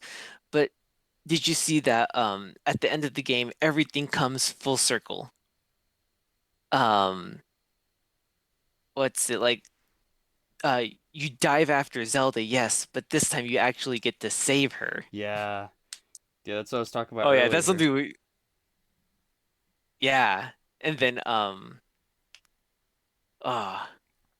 there was a couple other things that I remember just everything just basically mirroring the opening of the game. But I guess more on the lore front, kind of like going towards the end of the game, we kind of talked about the world, the lore of the world and the champions a little already. Yeah, But I guess going to the end of the game, you know, you go down below Hyrule Castle and you go to the origin of Gloom. yeah. And I was not expecting it to be as twisty turny as it was. That was a very very cool kind of final gauntlet. Even though you could run through pretty much most of it without doing anything, it was really cool. Yeah, and getting to see the depths of Hyrule, like the foundation again from the opening of the game, Yeah, yeah, like it definitely has a heavier atmosphere knowing what exactly you're about to get yourself into again. yeah. I in the music how it like swells as you go lower and lower. Yeah, and then you start hearing the reversed voices again. Uh, I love the reverse voices. So Yeah, I think creepy. it adds like a yeah, creepy atmosphere.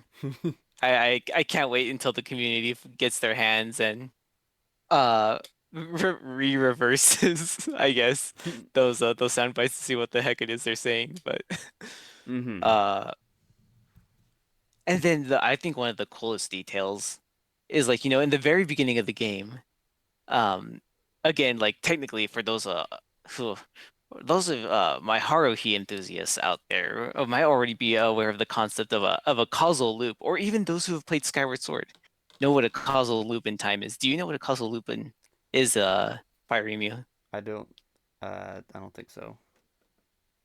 A causal loop is a kind of paradox that I guess you can say it technically always exists because someone made it happen in the first place, Ah, if that makes yes, sense. yes, like the song, so like the Song of Storms.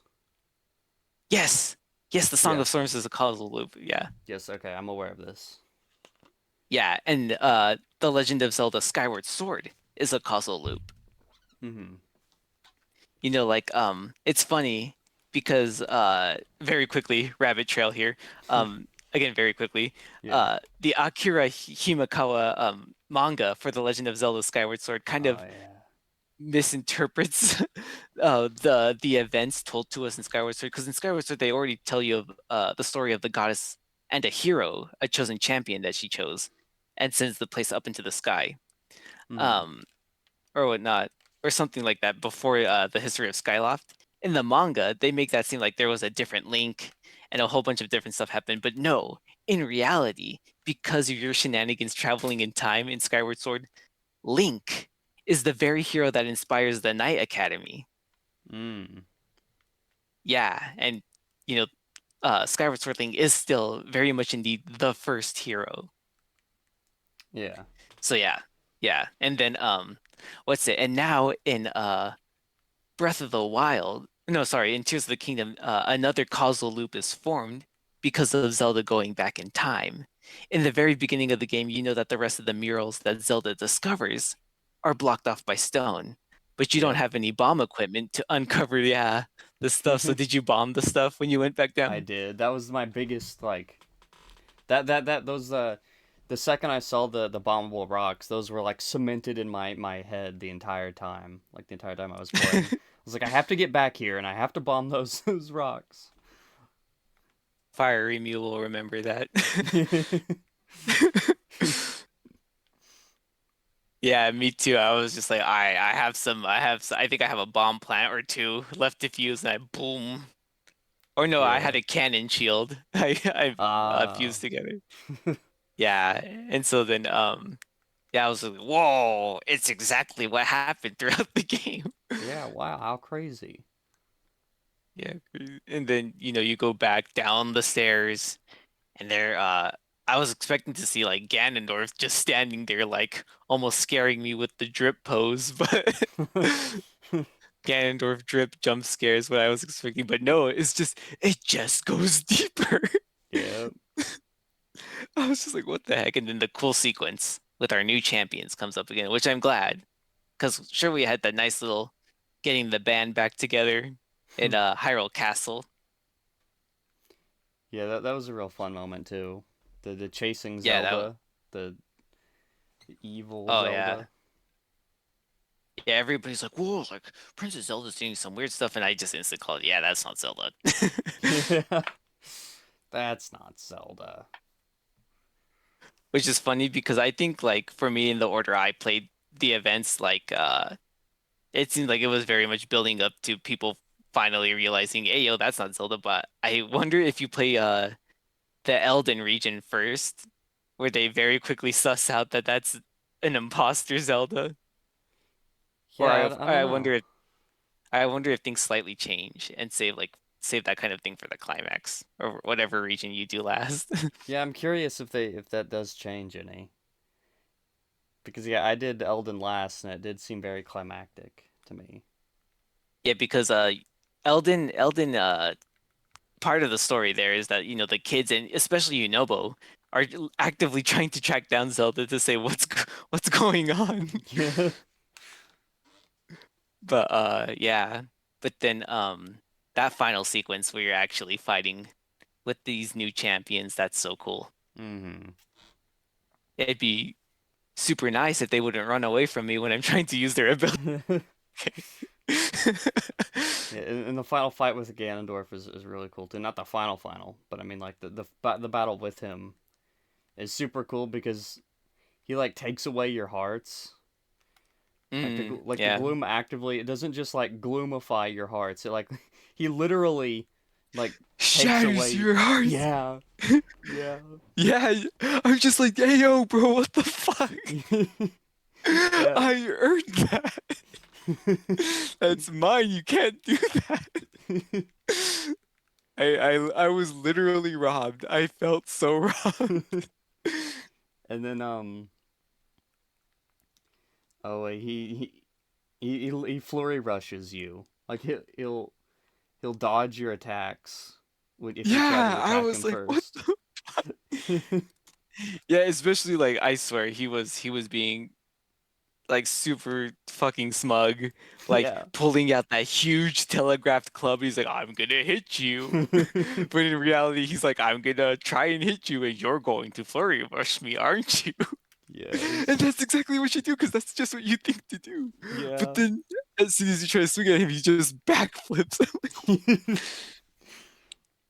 That was really cool. And then when he like the second phase or whatever where he goes Super Saiyan and his health bar just like goes crazy. oh yeah. I was just like, what?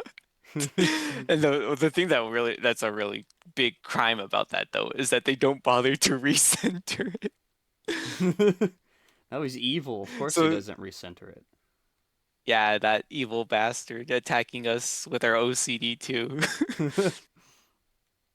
Was like, just put that thing back and it's right. Put that thing back where I came from. Oh, so help me. And yeah, we finally get to see that big powered up form that we have only seen in the cutscenes up to this point. Yeah. But it's funny kind of when you beat his first phase and he's like he literally said he pretty much says, "Fool, I've only been using 10% of my power." He absolutely really does. He really does. And then And he gets hungry, so he yeah, eats the stone. yeah, he eats the forbidden gummy snack. Yeah. He's literally like, I'll throw away everything just to kill you, which is pretty raw. Yeah, I will say he ripped off Senator Armstrong. You know what? Fuck this war. I just want you dead. Yeah, it's just I honestly really loved the parallel again to Calamity Ganon, and even during his boss fight with the true form, some of the music from the Calamity Ganon fight reprises. Mm-hmm. Yeah, it's that dragon fight is so cool. I was hearing another discussion talking about like yeah how after that very difficult fight with Ganondorf, your reward is this huge cinematic showpiece. Yeah. And I gotta say, it was super cool. Like, I wasn't expecting what the heck was gonna happen when Ganondorf morphed and became Calamity Dragon. Uh, but like I forgot. Do you just like warp outside, or does Dragon Zelda just come and get you? Oh, you mean how you get out? How Link gets Yeah, outside? yeah. How Link gets outside? Ganondorf literally eats him. Oh, oh yeah. He bites him, and the champion's like, "No." I will say, like that was also really badass when like he pretty much Dragon Ball powers up. It's just like yeah, and just like knocks the other guys out. Yeah. Yeah, that was badass. But yeah, yeah, you're right. He snags him up in his teeth and just rips Link up to the surface. Yeah. Well, and Link can't do anything about it. He was almost certainly dead, if not for Zelda. Yeah, he would have fallen to his death if not for Zelda. I was thinking like when he was like when he's literally like dragging you up the crust of the earth. I'm Yeah.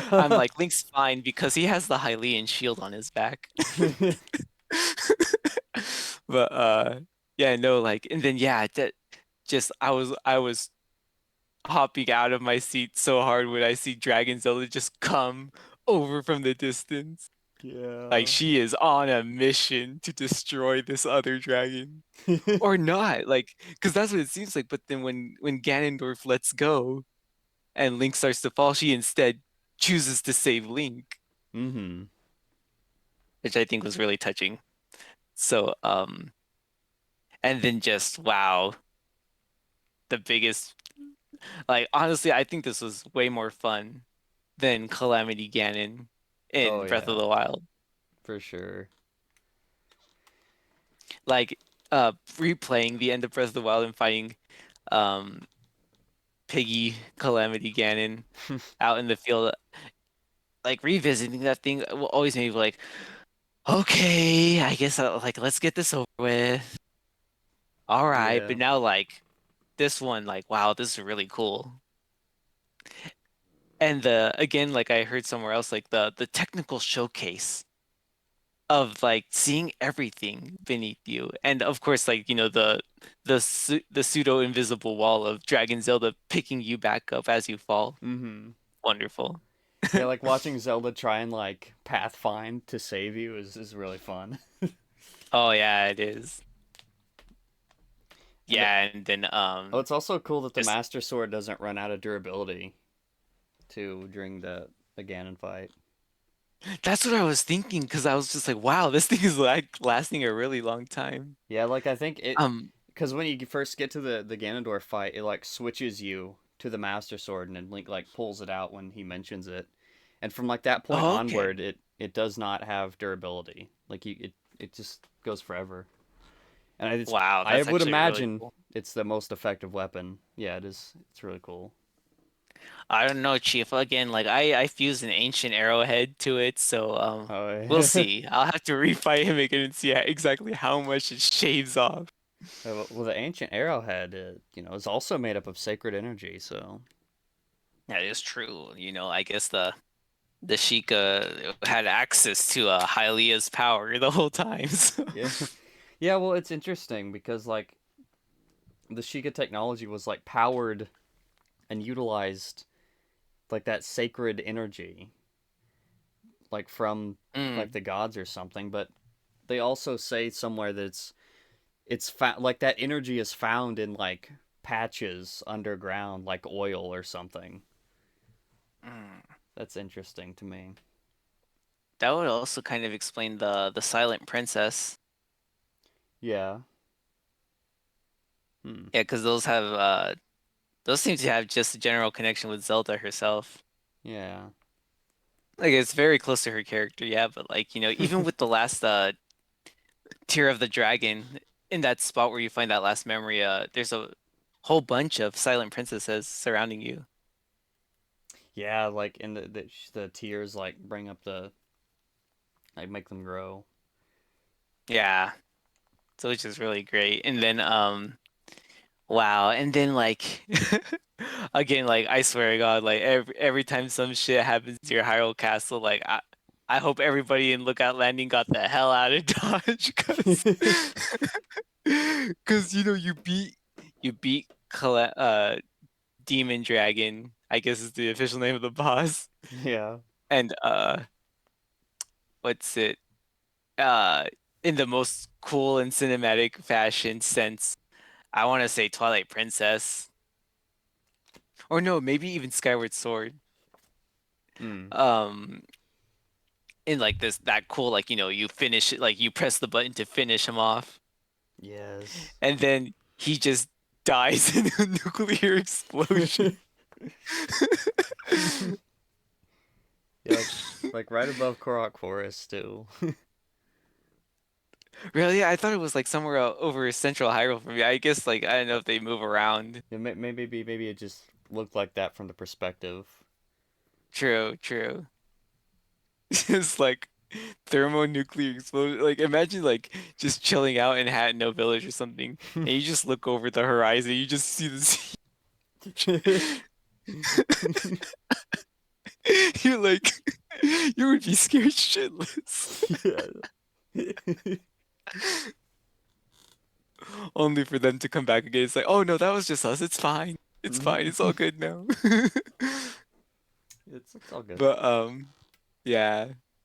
And then just again, like, Zelda gets saved. She's no longer a dragon anymore. Yep. Totally didn't see that coming, but it was a heartfelt moment, Oh, it especially was that great. awesome interactive moment, just falling to save her. Yeah. Oh, that was beautiful. Just a beautiful moment. Yeah, I will say, they kind of went overboard with the whole objective complete thing. Because like it was pretty impactful in Breath of the Wild. Like, oh yeah, you finally checked that box. You defeated Calamity Ganon. But like it happens like 3 times over the course of this ending bit. It's like, okay, guys, I get it.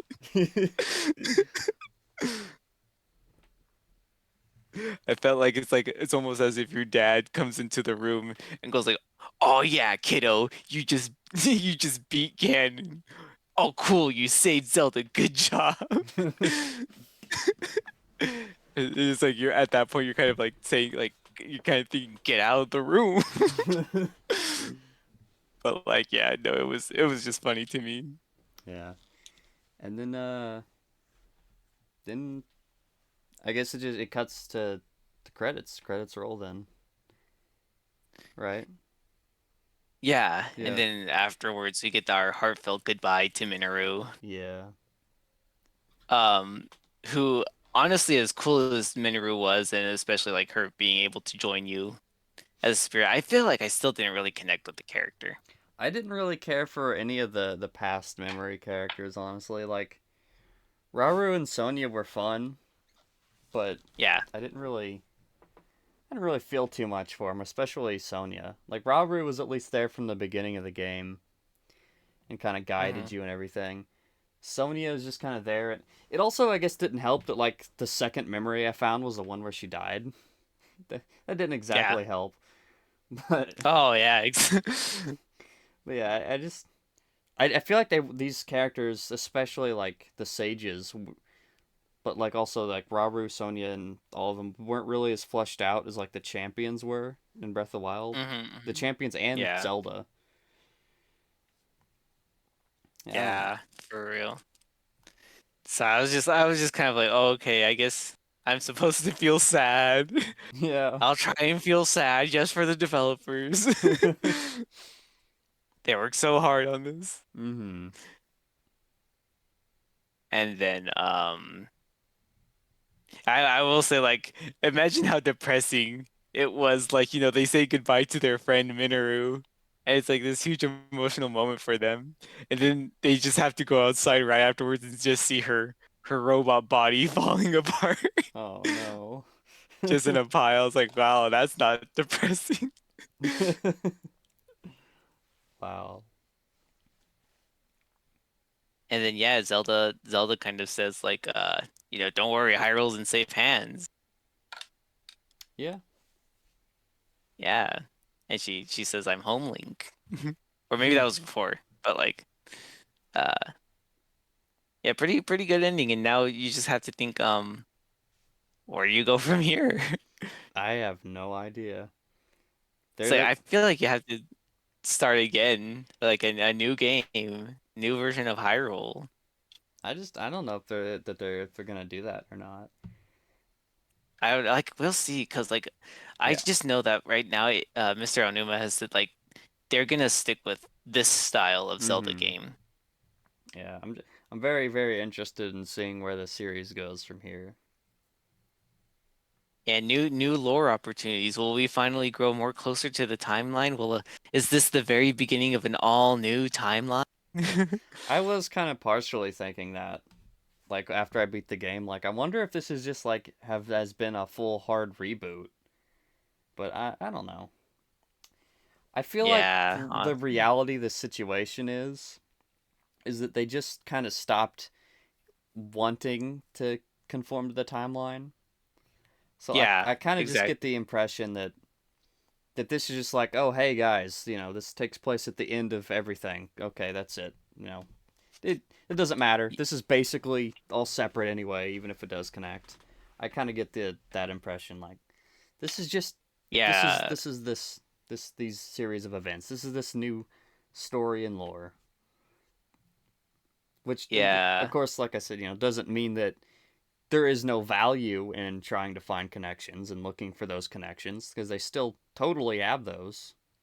For the hardcore fans, but I just get the impression that they just want to kind of keep things a little separate from now on, a little more ambiguous in terms of timelines. yeah, for real. Because I was thinking they might put they might not want to put themselves in a Castlevania situation, if you Yeah, know. yeah. Yeah, that whole situation where the director of the series made a timeline so that they could refer to for development to, I guess, keep some level of consistency, but Mm-hmm. then made the made the admitted mistake of releasing it to the public, and then they became restrained by that. Yeah. So I'm glad that that won't happen with Zelda. And even then, nobody, I guess, hardcore lore enthusiasts, perhaps such like ourselves, we're Yeah. never really fully satisfied with the timeline in the first place. Yeah. There was always some weird things going on with the timeline, but you know, Yeah. I mean, splitting it into three parts is part of it, but very very anyways, awkward.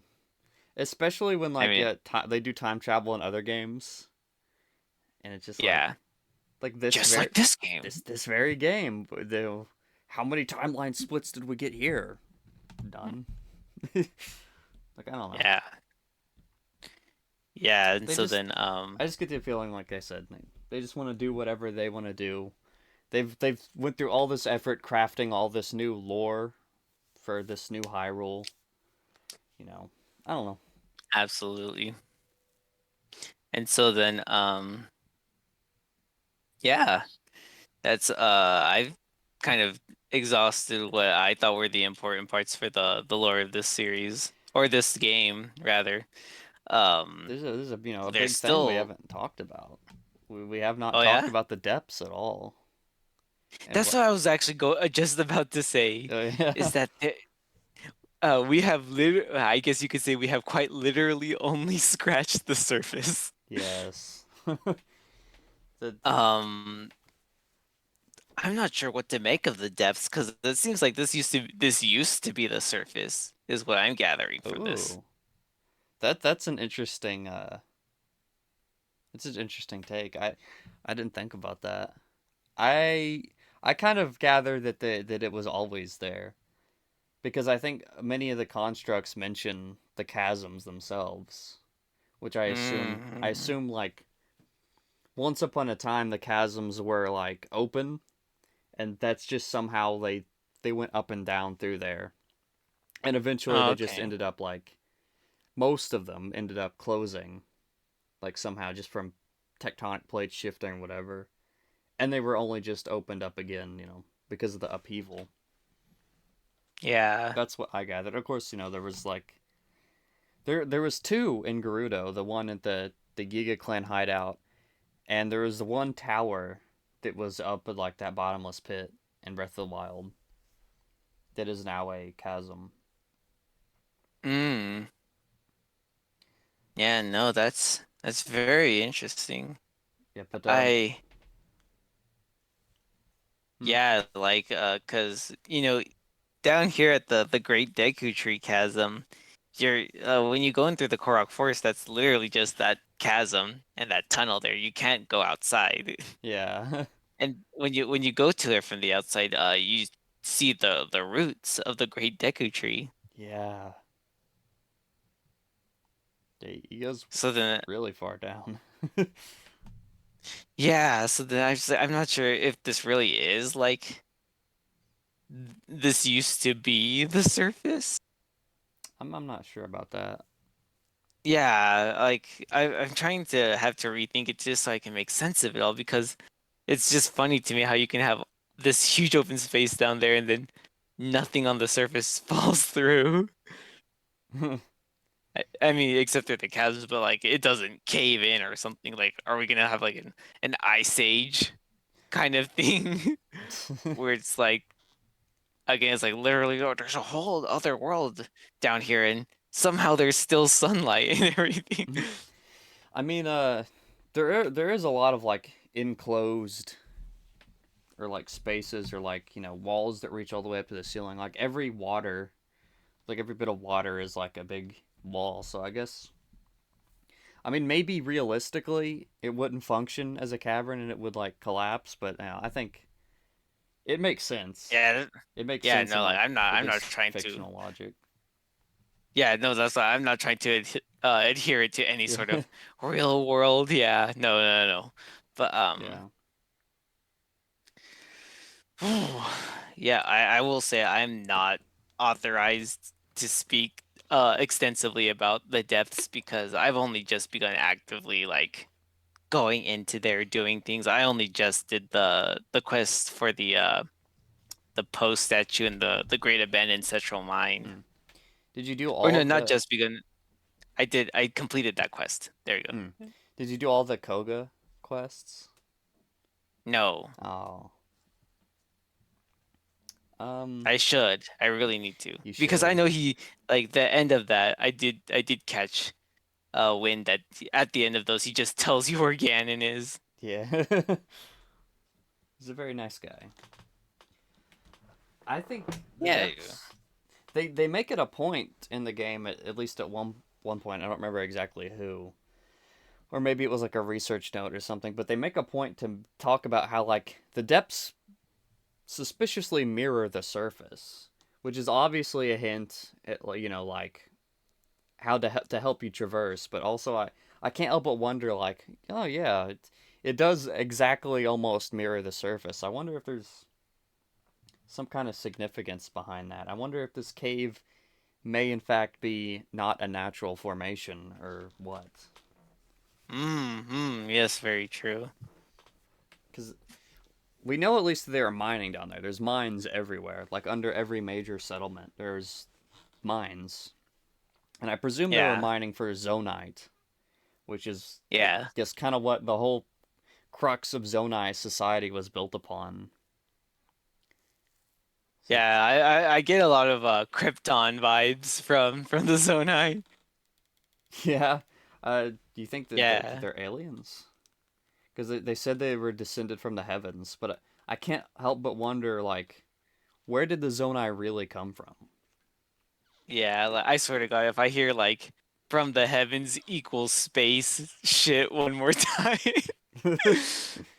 Because this is isn't this what they literally said about the freaking the ancients in Sonic Frontiers? Oh I my think gosh. so, maybe. Anyways, Yeah, yeah, no.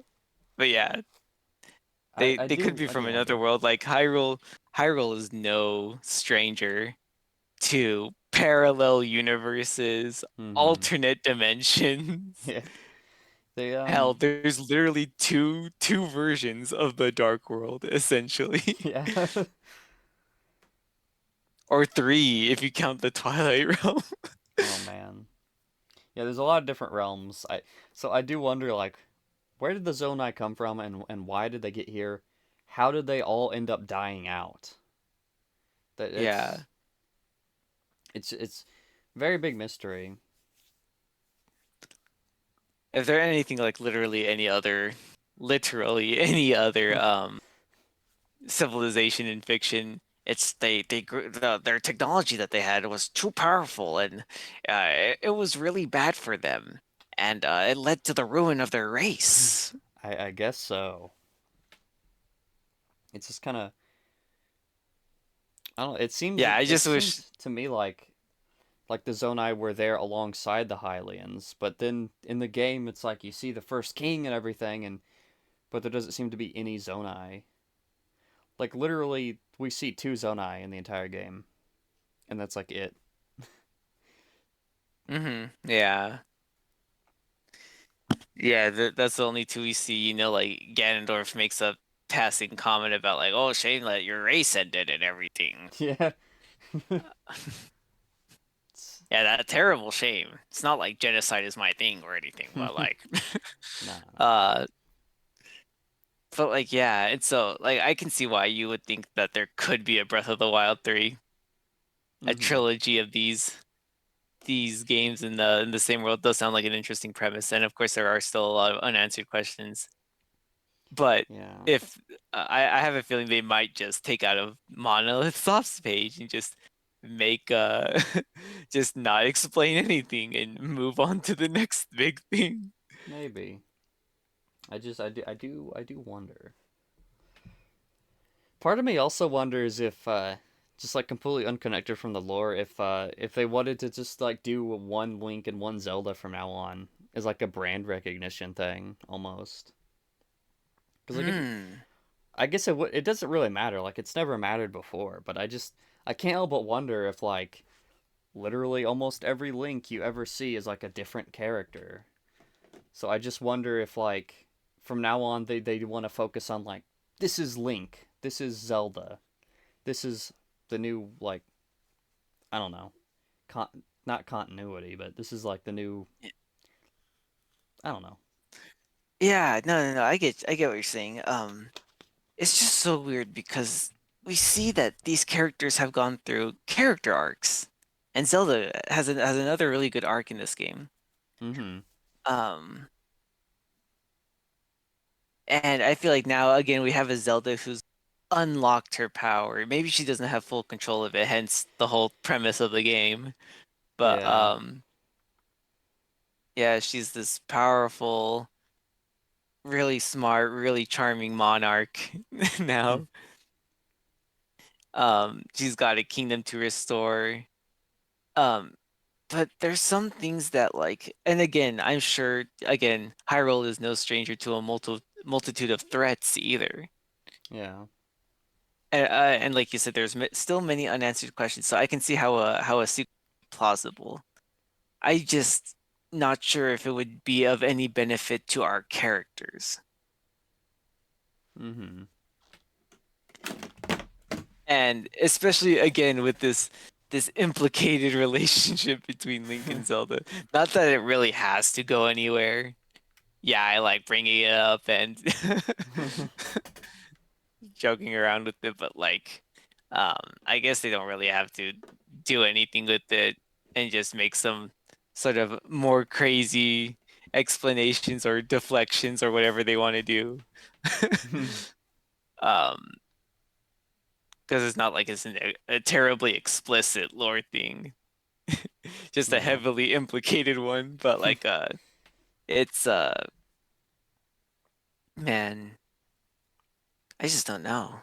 Yeah, I don't know what you do after that finale. It's I mean the stakes have already been raised so high, you know. It's like and and Mm. I don't know that you can't get away like there's no way they're getting away with doing the same high roll a third time. Like Yeah, what would you even do to it? it would have to be you would have to do like they're going to a different like place, like exploring outside the lands of Hyrule, which I guess could make sense, but Yeah, like maybe there's been maybe times in the past where Lincoln's maybe even Zelda have traveled to a completely different land. yeah, yeah. Mostly in Yeah, the and 2D games, I think. I know yeah, Majora's Mask mostly in was two. kind of outside, but also Yeah, not really. Majora's Mask was a parallel universe. Yeah, Um, in Link's Awakening, he's traveling to a new land, yeah. uh, for training. Yeah. And there's the Oracle games. Yes. But I think he's whisked off to like another world. He gets isekai'd. Um, I think so. I don't know. Maybe. I think they do exist in the same world. I think you meet up with Impa and Zelda at some points in those games, right? Don't you? I think if you link like Yeah, another game with it, yeah. yeah. I'm not entirely sure about that, but yeah, no. See Yeah, maybe. but here's the thing with like if you do I don't know, how do you make like a new Hyrule, I guess? Like if you were going Yeah, to do a no. completely new separate like game like with a new link and everything, you can't it's going to be hard to just redo this whole map again and make it still feel Yeah, fresh. They can do sorry, I'm interrupting you. no, Go you're on. fine. You're fine. Oh. I was about to say like they're I feel like they kind of opened the door to that a little with Yona because she's a Zora princess from another tribe. So Wait, did to they another try? Did they? When did they say that? I don't remember that. Was that in it's the in her bio? profile. Yeah, that's in her character Oh, profile. I Yeah. oh wow, I did not catch that. Yeah. Yeah, a Huh. royal Zora from another domain. Yes. Interesting. So yeah, there is potential for that. Um, I just I just think maybe if that does happen, Link might have to go it alone without Zelda, Yeah. because there is still very much to be done in the Kingdom of Hyrule. Yeah, that's possible. Okay, here's another thing that I was thinking. This is a tinfoil hat theory, kind of, but this game Hmm. puts a lot of emphasis on pirates, right? Like, weirdly, there's like the pirates that attack Lurelin, and there's like all these pirate ships, and like there's one in Eventide, and there's a bunch like on the coast of Akala or Hotno or something, I think. Hmm. But that just interests me because I'm like, they're implying like these ships weren't just like created, right? They weren't just like poofed into existence. These were like from somewhere else, right? I just wonder if that's Really? I I assume so. I don't. Yeah. They seem like they've come from Hmm. outside of Yeah. Hyrule. So to me, I don't know. Like again, tinfoil hat theory. I wonder if is this like a hint? Maybe we're going to the east next game, out into the sea, and maybe we'll explore some stuff out there. I wonder. Oh hell yeah, we're getting The Legend of Zelda The Wind Waker 4. Yeah, let's go. Uh, They're going to revive the 3DS for a limited time until March 31st to give you a new handheld Zelda. I think that'd be interesting. And again, like they set up like Yona being from another domain. Apparently, that could be Yeah. like. And if we got the hints with the pirate ships, I don't know. I just wonder. And it's like the only location you can go too. Like there's a huge ravine to the north and west of Hyrule, but then to the east and Mm. south there's just ocean, and that's like the most the area that makes sense the most that you would go if you're leaving Hyrule. Yeah. So I just wonder. I'm just So curious. I like yeah. I'm saying like they've definitely opened the door to do something like that. Yeah, even if it does, I mean, it could take place just like years and years and years after this game. We could still have a completely different Link and a completely different Zelda, just time skip, like a Yeah, Spirit maybe Tracks. everything's finally fixed up. Yeah, yeah.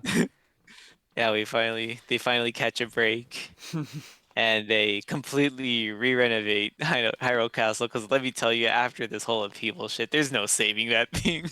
Yeah, it's They've just literally got still it. floating in the air on that little pillar. Yeah. But I was just saying, even then, do you know how far my heart sunk when I'm like, oh yeah, this is the tower to that connects to Zelda's room. And that's like where her secret lab is, right? I walk across the bridge and the bridge just falls apart. Yeah. I'm like, oh. Man. So it's very funny like that. Hmm. Yeah, there's a lot of possibilities to go from here. Yep, more lore to be found and Oh, and there's yeah. you better believe there's like a ton of little things that nobody's even discovered yet, like little nuggets of lore. Oh, like yeah, knowing stuff like Breath of the Wild, people still finding things even to this day. Yeah, I'm curious about the light roots too. Like, I wonder what they're all about. Like, where'd they come from? What do they, what's their, how'd they get there? I don't know. It's interesting. Clearly, they're probably by organic sources of power for the shrines. Yeah, that seems to be the case. They're there. They seem to be just like naturally occurring things. I wonder if the Zonai built them to power the shrines, or Or if maybe they're just harvesting that natural yeah, energy. that's kind of what I'm thinking. Especially because like a lot of especially the statues down there that point you towards the mines are kind Hmm. of like facing. You follow them, and a lot of them go through like close to light routes. So it just makes me think like for the people who worked and or lived down here, definitely the light routes were kind of like the source of life, Yeah. basically. You're the source of light. You can't really live very easily without light, especially if Yeah. you're a surface dweller. So yeah, I don't know. Yeah, that's true. Well, that's also I guess part of the reason why like all of the Zonai stuff down there are like robots instead of actual people. Yeah, But yeah. No, I'm sure there's a bunch of funky stuff to be found in the mines, lore-wise too. Like I found a couple maps in the sky and they've marked some places that I haven't even been to yet. yeah, yeah. The So I maps are wonder what cool that's too. all about. I feel like the way you're describing all this and like potential stuff or even like stuff in Breath of the Wild alluding to the zone. I feel like this is some like Bungie era like setup for like Halo, like Bungie era Halo setup. It could be. But next, am I gonna find a Zonai terminal? Yeah. Was Ganondorf was the Didact confirmed? And Gosh, yeah. I think Well, we've just about wrapped up everything that we can think of, at least at yeah, this for time. significant lore stuff, like I guess the one other thing I can think to bring up is the Forgotten Temple, I guess, being related to the Zonai. Yeah, that was really weird to me because the Forgotten Temple is also kind of like a not like a Skyward Sword thing, if I recall. I can't remember. I am not a leading expert on Skyward Sword. Yeah, neither am I. So Whoops. anyway, Um, Melania, the horse goddess of places, she's like one of the only two goddesses the people remembers. yeah, yeah, all the great fairies moved. Yeah, because they got scurred. Yep, they were scared. Yeah. And Uh, other than that, I and, think yeah, I think that's it. and you don't know the reward you get for doing all the shrines right yet. Oh, yes. Yes, dear viewers, at the time of this recording, we have not completed every shrine. Apparently there I are have. 100. Oh, I haven't completed every shrine. I need to catch up then. Uh, there are 152 shrines, Yep. right? Yep. Yeah, in contrast to Breath of the Wild's 120. That makes me really happy. Um, Yay, more shrines, especially stuff that takes your things away from you. Oh well. But like man. Yeah, apparently the tunic you get for completing all the lore stuff. I mean completing all the shrines has a nugget of lore in there for fans, so hmm or at least disclaimer, that is what a good member of the Good Vibes Gaming podcast said. Whether they are speaking out of their booty or not, as far as our knowledge is concerned, remains to be seen. So, Well, I already know. I already know it. So it's just dang. your knowledge, my friend. Oof. Well, yeah, that's everything. So, I'm sorry if this was a little disorganized. This Very kind of wasn't disorganized. scripted. next Yeah, this next we time just want to be we just want to be good old friends and exposit lore. So, next time we do something like this, we might type up a few notes beforehand and have a bit more of a structure to go off of. oh yeah, we're definitely doing that. When it comes to something to a speedy little blue hedgehog, so Yes. if you're still here, assuming you're still here listening to this, about look out. about 3 hours in, yeah. Yeah, thank you. Yeah, we Maybe this might have to be cut down a little. yeah, we've been working on a Sonic video, like a very comprehensive one. We've actually we've done a script for that. We've been working on that. We also want to just like have another discussion like with Xenoblade because Oh yeah, we I honestly think that will be much better and more cohesive considering it is a significantly shorter experience than yeah, Tears of the and I feel like I have more knowledge about the comprehensive lore of Xenoblade than I do, Absolutely. especially with Tears of the Kingdom, which just came out and nobody knows anything about. Yeah, we just want to strike while the iron was hot. Yep. Yep. All right. So So until next time. Thank you for having me on again. So, yep. Anytime, my friend. And we'll see you all next time, hopefully, if you're still here. Bye bye. peace. Bye.